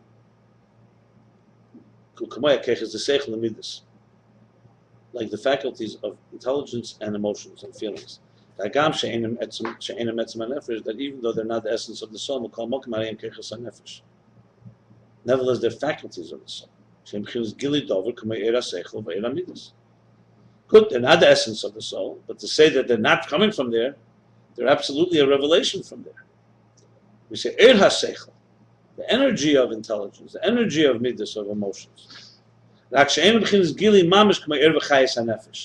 He's explaining this now on a lower level.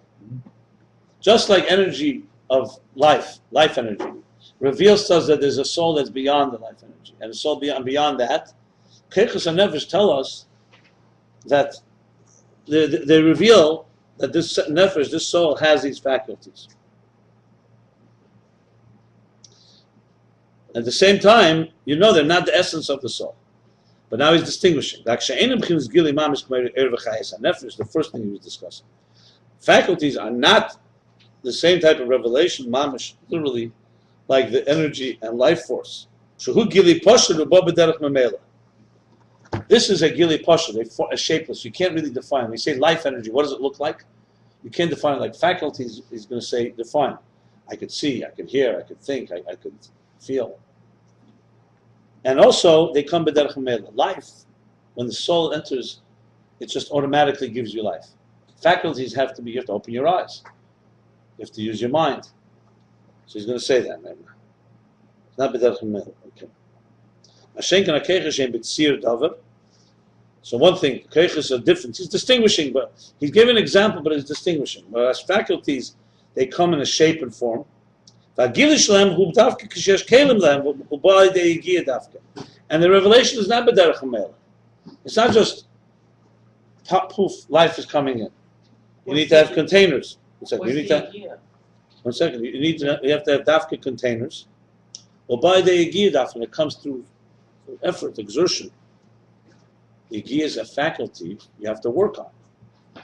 When the chayes comes into the body, straight away, if it has the keli to see, it could see. Or would it have to work? Let's talk about meichel, not seeing, you're right, seeing you could say, but seeing also, to see properly, to look and focus. We're talking about, in other words, there's some, he's just explaining that it's not as direct, seamless, let's put it this way. It's electricity, the electricity flow into the body is chayes. The electricity flow into faculties needs more. Think of it like this: you may have electricity running in a machine, but one of the two functions is not working. So you see there's power, but a function's not working because the container is not broken. Like that particular element is broken. I mean, this is an excellent model for any engineering. So it needs a carrier. It needs some type of path to go on. If there's no path, it has to be something. Then the path has to be resistance also. Right. So you can see power going in. Power needs resistance also. And this is because the energy and the life force that comes from the soul is a gili, is a revelation from the essence. And reveals the essence. So it's a revelation from the essence and it reveals the essence.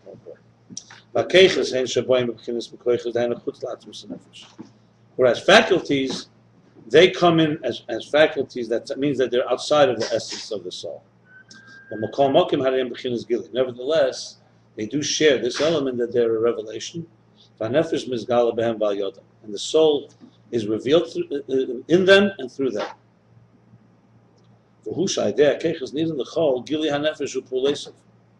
And that is that we see through the faculties, we can see the revelation of the soul and its functions.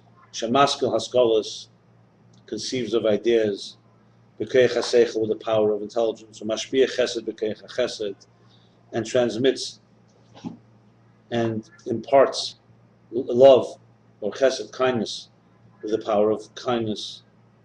So in other words, keiches, though they are a step down from the life force, because they're specific and so on, and they're outside of the etzem and nefesh, but they reveal to us the function. They reveal to us what the soul has and its functionality. And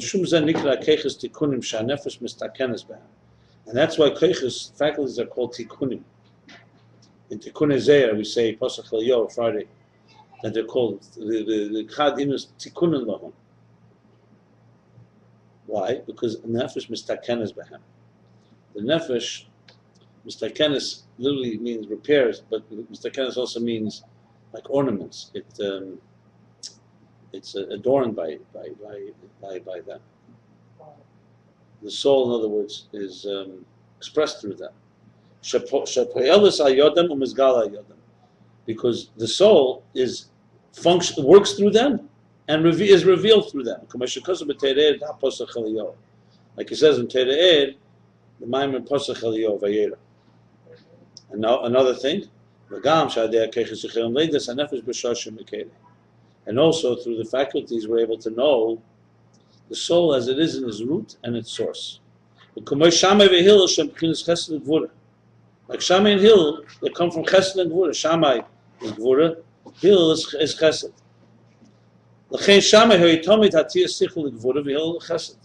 That's why Shammai always, his mind leaned toward Chesed, leniency.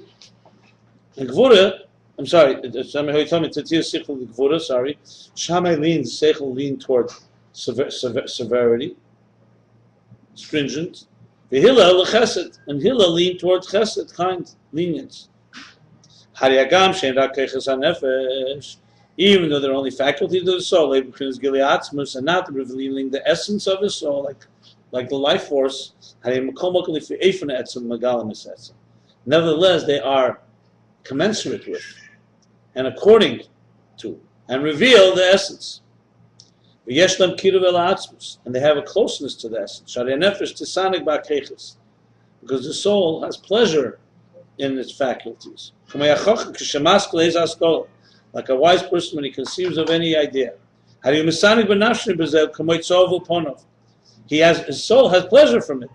Like it says in the Gemara that his face glowed, illuminated. That means there was a pleasure involved. So what did he just say here? He says that even though it's faculties, it still reveals, we see Shammai and Hillel, from the way they process Seichel, it reveals that this one in the Shammai comes from Chesed, this one comes from Gvura.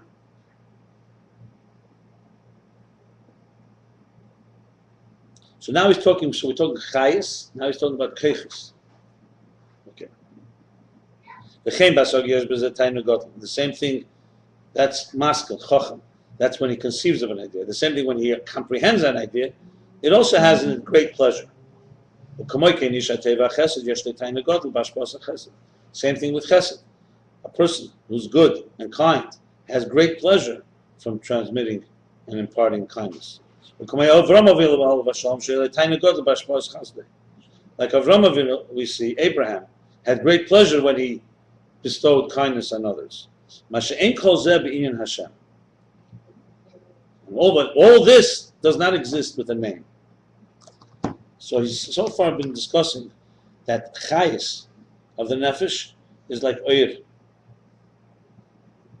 It reveals. It reveals also that there's a part of the essence that is beyond, but it does reveal something. And then he moved on to say faculties are similar on a lower level. Faculties reveal, even though they're not the essence, but they reveal part of the essence. A name, on the other hand,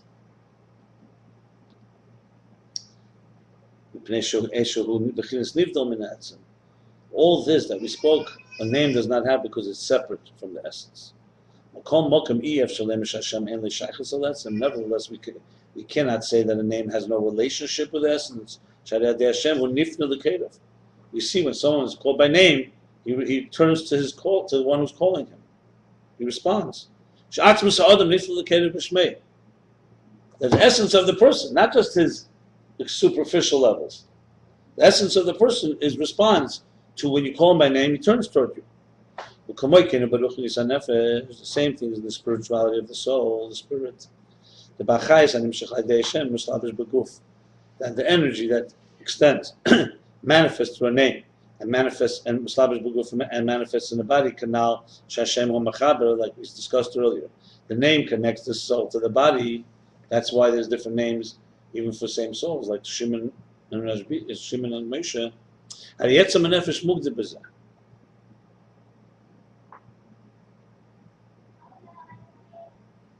The essence of the soul is confined by it, like you said before in the parentheses. Or what? Now he's going back to Establish in that. the book? Now he's going back to the parentheses. 1 second. Yeah, he's trying to explain here that now a name doesn't have all these revelations. On the other hand, a name does draw the essence. That's what he's saying. Why? Because as he said in the parentheses, because the name, because the etzem hanefesh is mugdir. Once a soul enters a body, all of the soul enters. It's different. Keches primi is different. Chai yechid only are mugdir, but they're there. In other words, you can't find them elsewhere now. They're somewhere mugdir. So when you call Shimon, Reb Shimon, he's going to turn to you. Though his neshama is the same neshama as Moshe, but Shimon brings the whole essence of this soul now. So though a shem is separate, that different, the same soul can have different names, but nevertheless the shem also does bring something, does reveal something, does not reveal, draws something, like he says. It has a relationship with the essence. It sounds like the etzem is much more than what's being established in the book. In other words, the person is not the whole etzem. Correct. And a shem, he's going to say this, a shem expresses that part. You see, look, it's a constant back and forth here. Yeah. Let me finish it. Remember, we said that it reveals both things. The shem is going to tell us, is going to draw the etzem that's not revealed. Tells us about the part that we do understand. The interesting thing is that also reveals like the distance. So is shem, like that's what's going on here. But the detail, Hashem primarily focuses on is on the things we don't relate to, though it draws that person here. Let's say,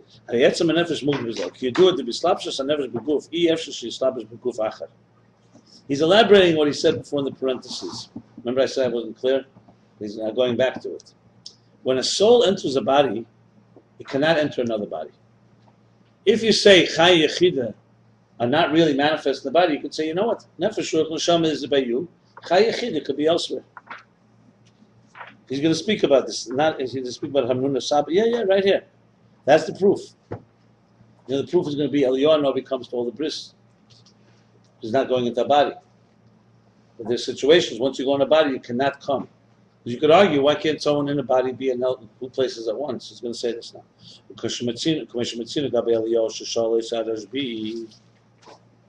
we find by Eliyahu that Rashbi asked him, why was he not in the Idr, in the group? The Rashbi had his group. His answer was that he had to save Rabbi Amnun from and his friends. There was some Gzeda. I'm not sure what it was. The Isa B'Kisvei Arizal.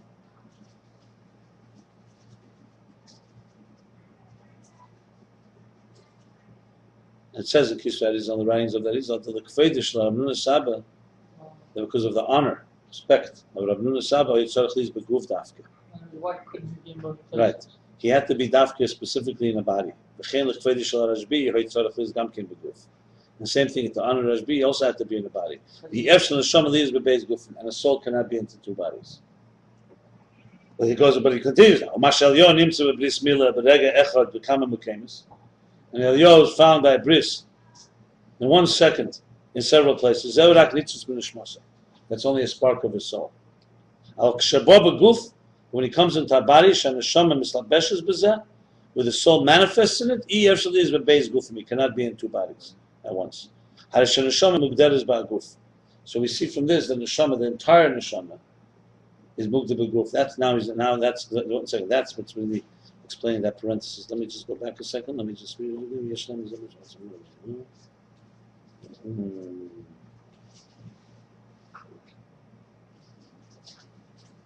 Okay.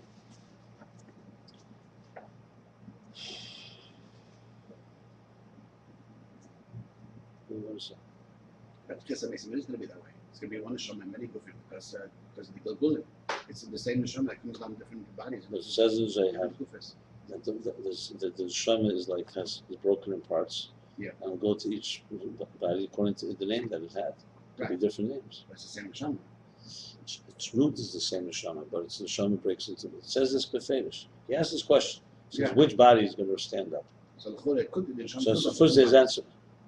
The neshama could go into two bodies. We see it by But it's not one neshama then. Then it's actually it's like a neshama klolis and neshama protz. It's not the same thing. It's talking about neshama protz mamish.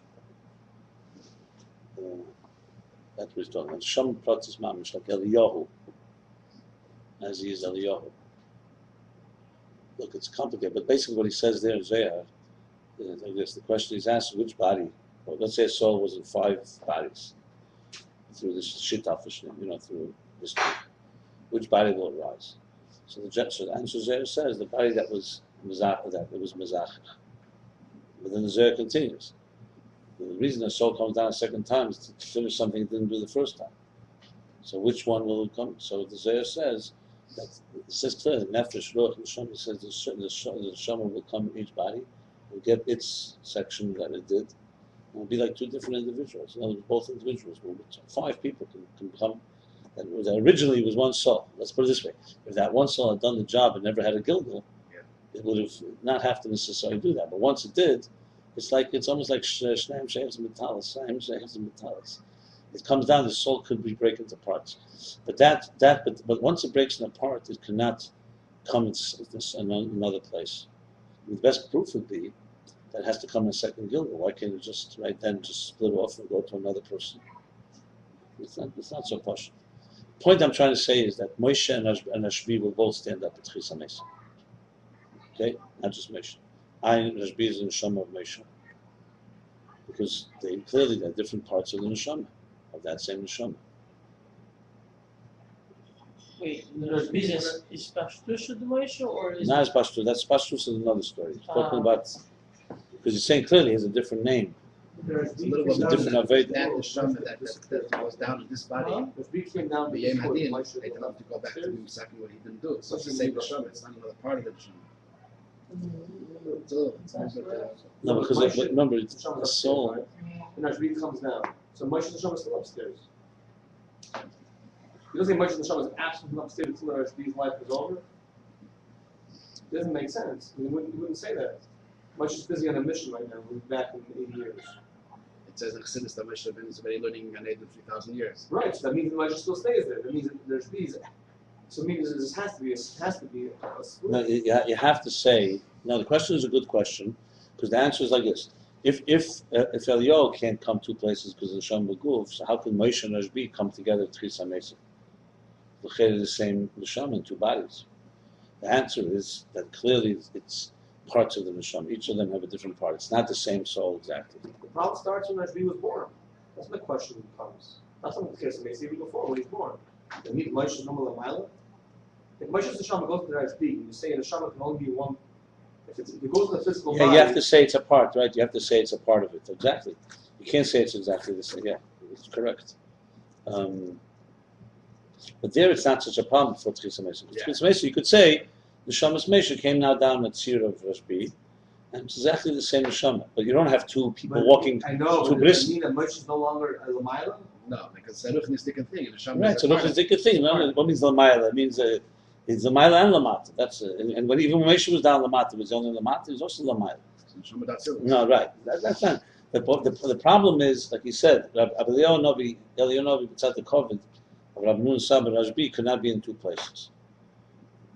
So technically speaking, if Rashbi was alive, could Moshe Rabbeinu suddenly emerge? Not based on this, but Chis HaMesim they will. So you have to say it's not talking about this case. There's a different. Basically, the shemas will split. It's not.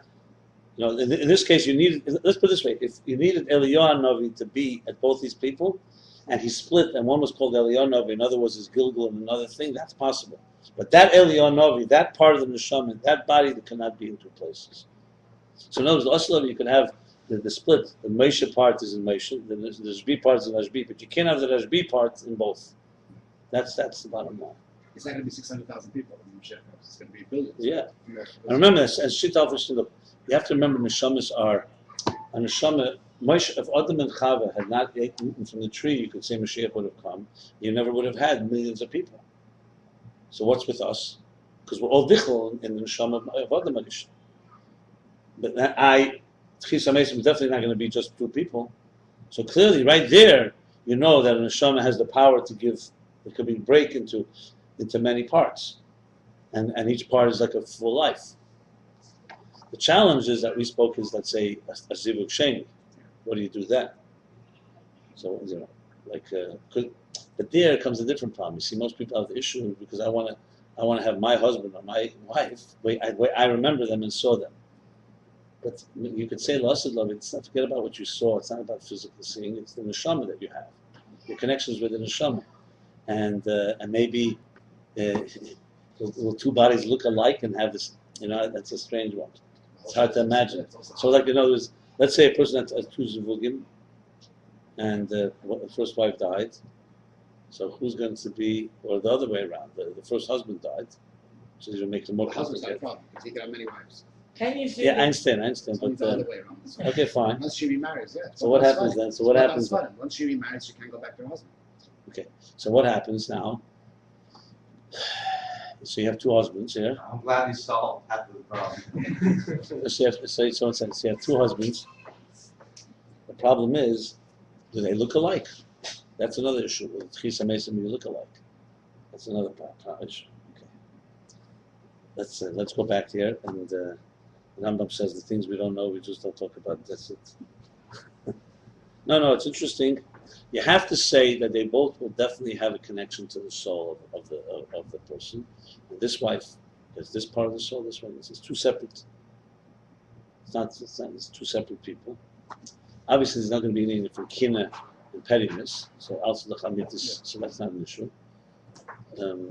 Can't we say that the You have to say maybe that Sir Hagufim will look similar. So what? Maybe she'll get the husband how he looked like before he died. And she'll get the husband how he looked after. so the mere fact She'll have like a guy, you get the one when he's 20 years old, you get him when he's 40 years old. I want to shoot to that. Yeah, anyway, but let's go back to what he's saying here. What he's saying here is that a name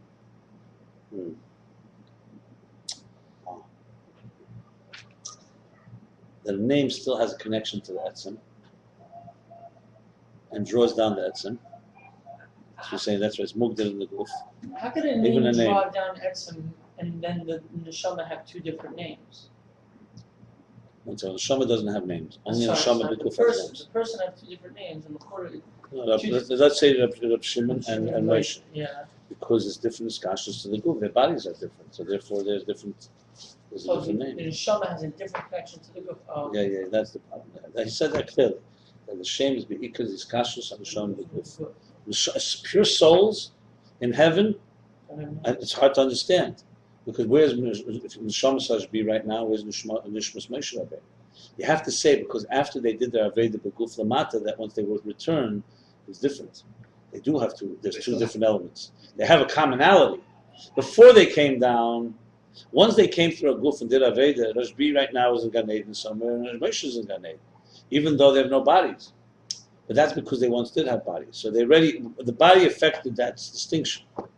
That's what he's saying. That's for sure what's going on. They didn't join again? So to say that basically Rashbi doesn't exist because it's back to me. No, I know. You have to say because Rashbi definitely did something in his aveda that Moshe didn't do. That remains. So Yeah, you have to say. Schar, other things. It's just, that's why Tchisa Mesim, they will be two. It's not just it'll pop up then, it's all a result of, no, for sure. The Vedas and Neshama Beguf has an impact on Neshama forever afterwards. There's no question about it. The whole thing, the whole Yiddishkeit will fall apart if not that. The whole point is that it's a continuing journey. But we can't say scholars that each one does. Yeah, I'm sure that they're sitting and learning near each other and probably understand each other pretty well. In other words, in the world of neshamas, remember, they're not cousins. In the world of neshamas, they probably have a very similar function, and there's the commonality. When we say there's a commonality, we're talking about neshama commonality. Anyway, let's continue here. Okay, so Kamash Alyon Imsa Bismillah is because it was only a nitzvus minishmas. But kashabah beguf shan neshamas labesh bezeh ef shaliz bebeis guf. But when it comes in a body, it can't be in two bodies. So that's it. Harish neshama mugderes beguf. V'Hashem hu gam kein laha nefesh. The shem is also a name for the nefesh. But kamoshe mislab is beguf dafka, lo kamoshe ulamayla. In other words, a name is not just for the body. It's not just this body is called this. The name is for the nefesh. But the way the nefesh manifests in the body. And this is what the essence is confined in this level. In other words, so wherefore when you call somebody by name, it doesn't reveal who he is, like Oyer Chayes, Keches, but it definitely draws him, and he's bound by it. So when you call someone, basically, well, he's probably going to speak soon how it is in the Kus, but essentially the bottom line is that there's two ways that we connect to the source. One, reveals, faculties reveal, they reveal the source, they reveal the sources beyond the source, they reveal the source is not only a source, etc. So let's say the author. A book tells you that the author is an author. It tells you the author is not limited to being an author of this book. He's also not limited to be an author b'chlal. He's much more than, his primary role is not being an author. So that reveals. Shame, when you call this author by name, so the name doesn't tell you what kind of author it is, doesn't tell you anything. But he's bound to it. His name is connected. The name is drawing him to you. So before he said when you call a name, a person, the whole person responds to you. Now he's saying when you call a person by the name, we see that it calls upon, it generates, and draws the energy of the nefesh from its root and its source. Like when a person is faint. The Salfus is fainted, right? It's not exhausted. Sometimes you say it. Ayefus is exhausted. Fainting is total exhaustion. Yeah. So it comes from the same root as Ayef. Aleph is from Ayef, like Ayefus. Not that. You can draw, you can return his nefesh, you can revive him, basically, by calling him by his name. Is this ever been proven? Yeah, I was going to ask you, but it must be a very, very, not a deep type of Salfus. It must be a very light Salfus. You don't do that? You call the name? You call the person? No. Instead, and we do say that, and you call a person, and like a Trying to 770. bring him back. Trying to bring him back. So you call it. Like a no, 770. but does it ever work? Yeah, and it's like a shtup, it's so filled, and he say he fainted, so then when you call his name, he'll like revive. But if someone back fainted because of high blood sugar, This needs to be looked into. You know what? Why don't we leave it as a question? Maybe there is something. No, it is true. But it's a very light. Faint. Don't you? They call his name. No? And does it work? It brings him back. I know some people who even when they're awake, you call them the name. It doesn't do anything. I do know, for example, when a person, let's say, is disconnected, you want to get someone, you call his name, you reach into a deeper place and say, wake up, Avram. Or, It's interesting you asked about like there is a name. Like if I want to get your attention, you're really being obstinate or something. Call your name. It has a certain, It penetrates deep. It's like what. Yossi, what's the Zaymit? Like that. No, the Salfus is an own thing. It's by asked about the Salfus and the same thing as Ayefus. Remember that Rebbe spoke to sich about Shmuel Levittin when he passed away? Yeah. Oyev krijgt, Yoev krijgt. Yeah, that's good. Okay, let's continue here. V'yadua, the Hashavas HaNefesh Zeh b'derech Yischatshus Abo MaNefesh. And it's known that the return of this revival of the nefesh, of the spirit, that's in the form of ischatshus. It's like a renewal. Haboma nefesh, that comes from the nefesh. See, here's mashma. It's a lot more than just mashma that you're actually. That'd be interesting. I'm going to ask some doctors if there's any basis for such a thing. You have to know exactly. Okay, bottom line is, but a component is ischatshus that comes from the nefesh.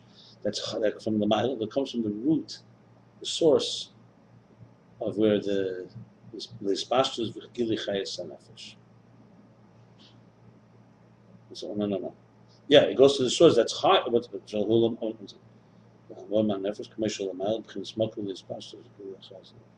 Okay.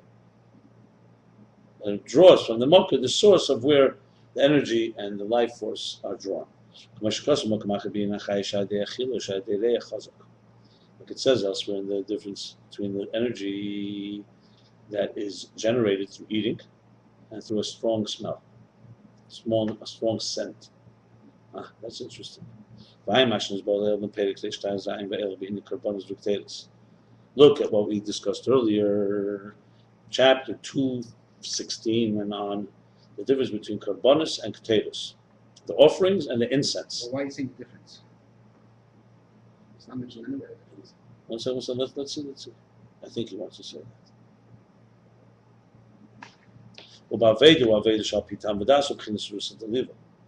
Aveda, this is Aveda Apitam V'das. Yes, there's a difference, yeah. So Karbonis is Aveda Apitam V'das. It's Api, meaning a rational sense. Chinas Rusa Deliba is the inner desire of the soul. The Aveda Shapitam V'das U'Bekeches HaGluim. The work, the effort, the Aveda person does the service that is based on rational mind, is in the revealed faculties. The seichel midas of the mind and the emotions, in comprehending and meditating and awakening of love and awe.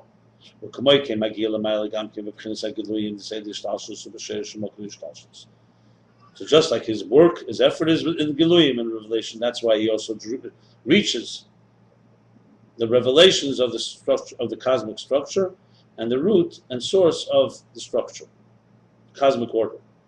For Usa Deliba, on the other hand, the inner desire reaches the essence of the divine light. The less machshava tvisabeh. Like it says in Zeir, machshava, your thought cannot grasp it. The less machshava tvisabeh. Less machshava tvisabeh. Through machshava, you can't grab it. You can't grasp it. Aval nitfis, but he's grasped through Rusa Deliba, through that desire of the heart. The atzmus ein itself, the less machshava tvisabeh klal nitfis iyu b'Rusa Deliba. That essence of the divine light that does not manifest in any way, cannot be grasped rather through machshava, through thought, is grasped. What's this line add? The line before? Yeah. Okay, it does say some places EU less machshava EU. Okay. Ubafrad b'teshuvah. Through meditation, you can't grasp it. Ubafrad b'teshuvah, and specifically through teshuvah, shemagir b'chinas atzmus ein sof, through teshuvah, the return that reaches the essence of the divine light, and misham slichas havenis. And from them we have the forgiveness of sins. Because through a sin, the difference in chet and oven is different places. Can I suggest that the line was adding? Yeah.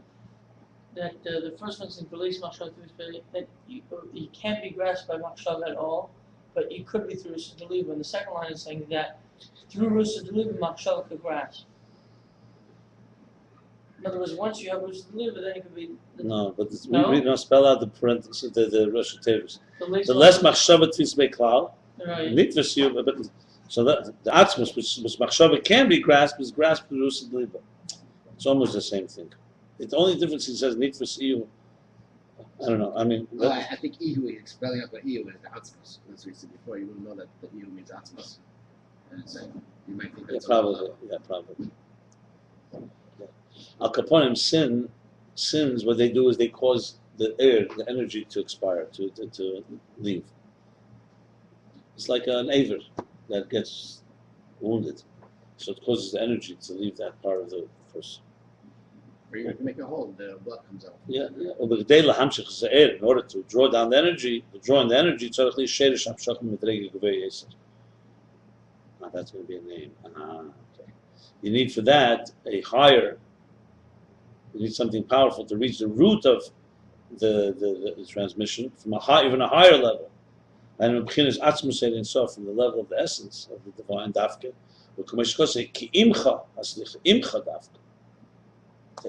With you. You essentially control or are the master of forgiveness. Imcha, with you there's forgiveness, meaning it's your domain. Because only from that higher source can be forgiveness for something. In other words, if you hurt somebody or you betray somebody, to repair, you need to go deeper than what you had before. Nowadays, so this and this is through the awakening of the soul. The essence, the pnim is the inner and essence of the soul. And that's my makim karasicha, that from my depths I call out to you. My makim twice. From depth to depth, meaning it's not just going deep, you have to go to the depth into the depth.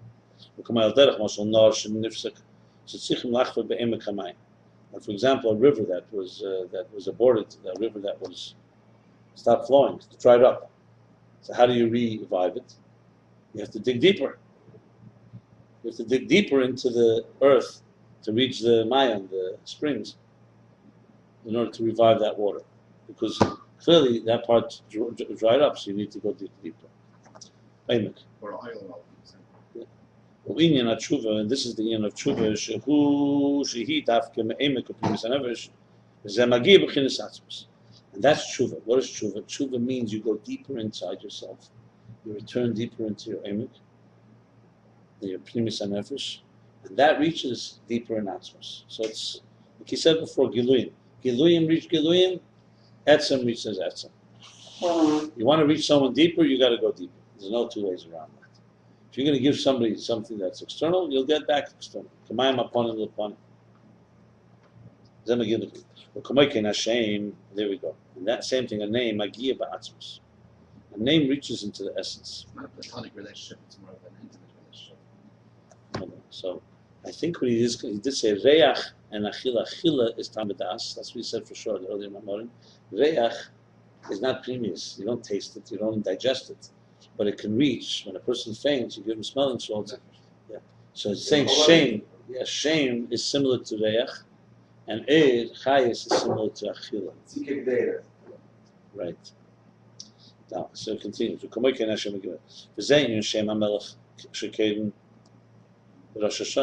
This is why he's called Shem HaMelech. We say HaMelech, HaMishpat, HaMelech. Shem HaMelech, the reason the name God, the name King that you call Rosh Hashanah, leaves the Rosh Hashanah Aliyas HaMalchus She'ela B'Shashim V'Keira Atzmi V'Knis Atzmi Sein Sof. Because Rosh Hashanah, Malchus, elevates to its root and source, the essential root and source, and essence of the divine. When we say Kim HaMelech, and we cry out, the King, to draw down this level of melucha from essence, from the essence. Val heder aveda ksiv ein keda b'shmecha. And when you're lacking aveda, when there's a lack of service, you say ein keda b'shmecha. What does that mean? That there's no one calling, and no one calling his name. So the idea is calling the name draws malchus. And when you're not doing your aveda, you're not calling.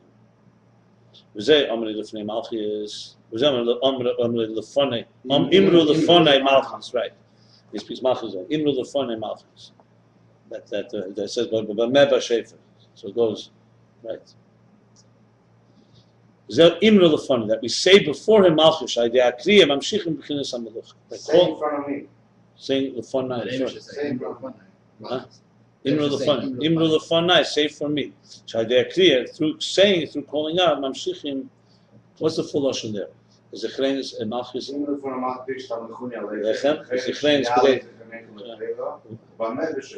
Right, that's shefus. Okay. Through calling out, you are drawn down this melucha.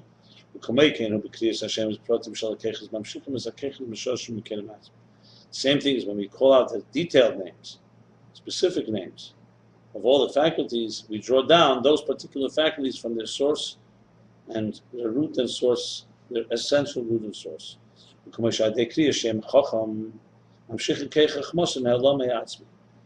by calling the name Chacham, you're actually drawing down Chachma from the root. Essence root. It means even when he doesn't at that point have, that moment have, a revelation of Chachma in his mind, its faculty.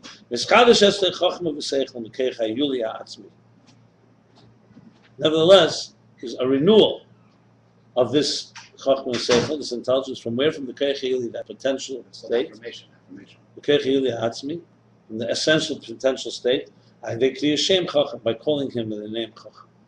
You see this by Rashbi. They say the shvachim is there. Look at the additions to Sefer Tereir Ba'abir V'ani Nasati. I think it's in Kisisa. And in this there's a virtue, a quality, a superior quality in shame, name, compared to energy. Air does not draw down the essence. And the name draws the essence. And this comes from the essential name, which means the letters of the name. Like we learned, discussed earlier, chapter 3:06. The Gam Etzem Hashem B'chinas Chayes. That even the essence of the name is also a level of Chayes, of energy. And even though the name is separate from the soul, as we spoke, canal, as discussed earlier, nevertheless it's rooted in the essence of the soul. And because of that, it draws down the essence.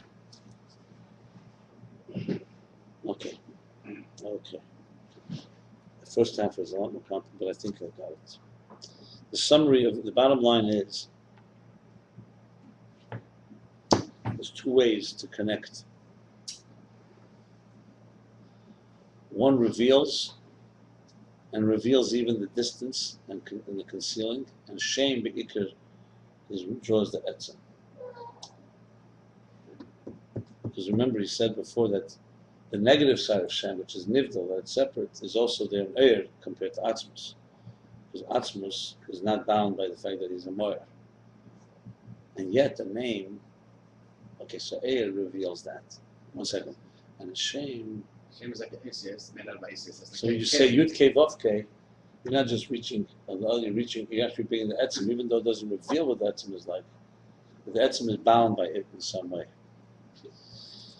Isn't it the Kalim that they're named, but they also reach deeper into the... Yeah, but it's not saying Kalim here. There's Shemus. Shemus is between Eidus and Kalim.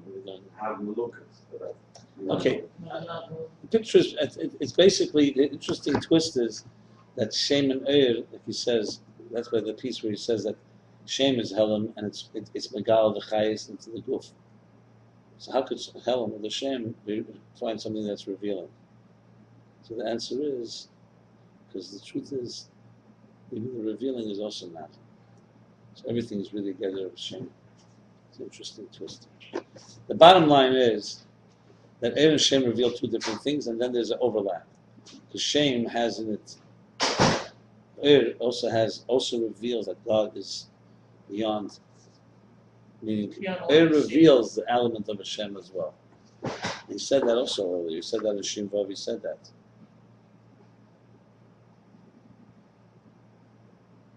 You have to say this. So basically, they both overlap, but they both reflect two different dimensions. Let's read the Kitzur. So they have similarities, but essentially different. And just like we said about Eir, compared to Shem. Same thing is with the Chayes and Nefesh, the energy of the soul, Shohugili, that's a revealing form, state. V'yedim, Shanefesh Chai Be'etzem, and you know from it that the soul is fundamental, essential energy. Loi bispashus, v'loi b'amshacha. Not by extension and not by transmission. Maybe that's the difference between. The first one says, Echad she'en b'chinas bispashus, Abei she'en b'chinas amshacha.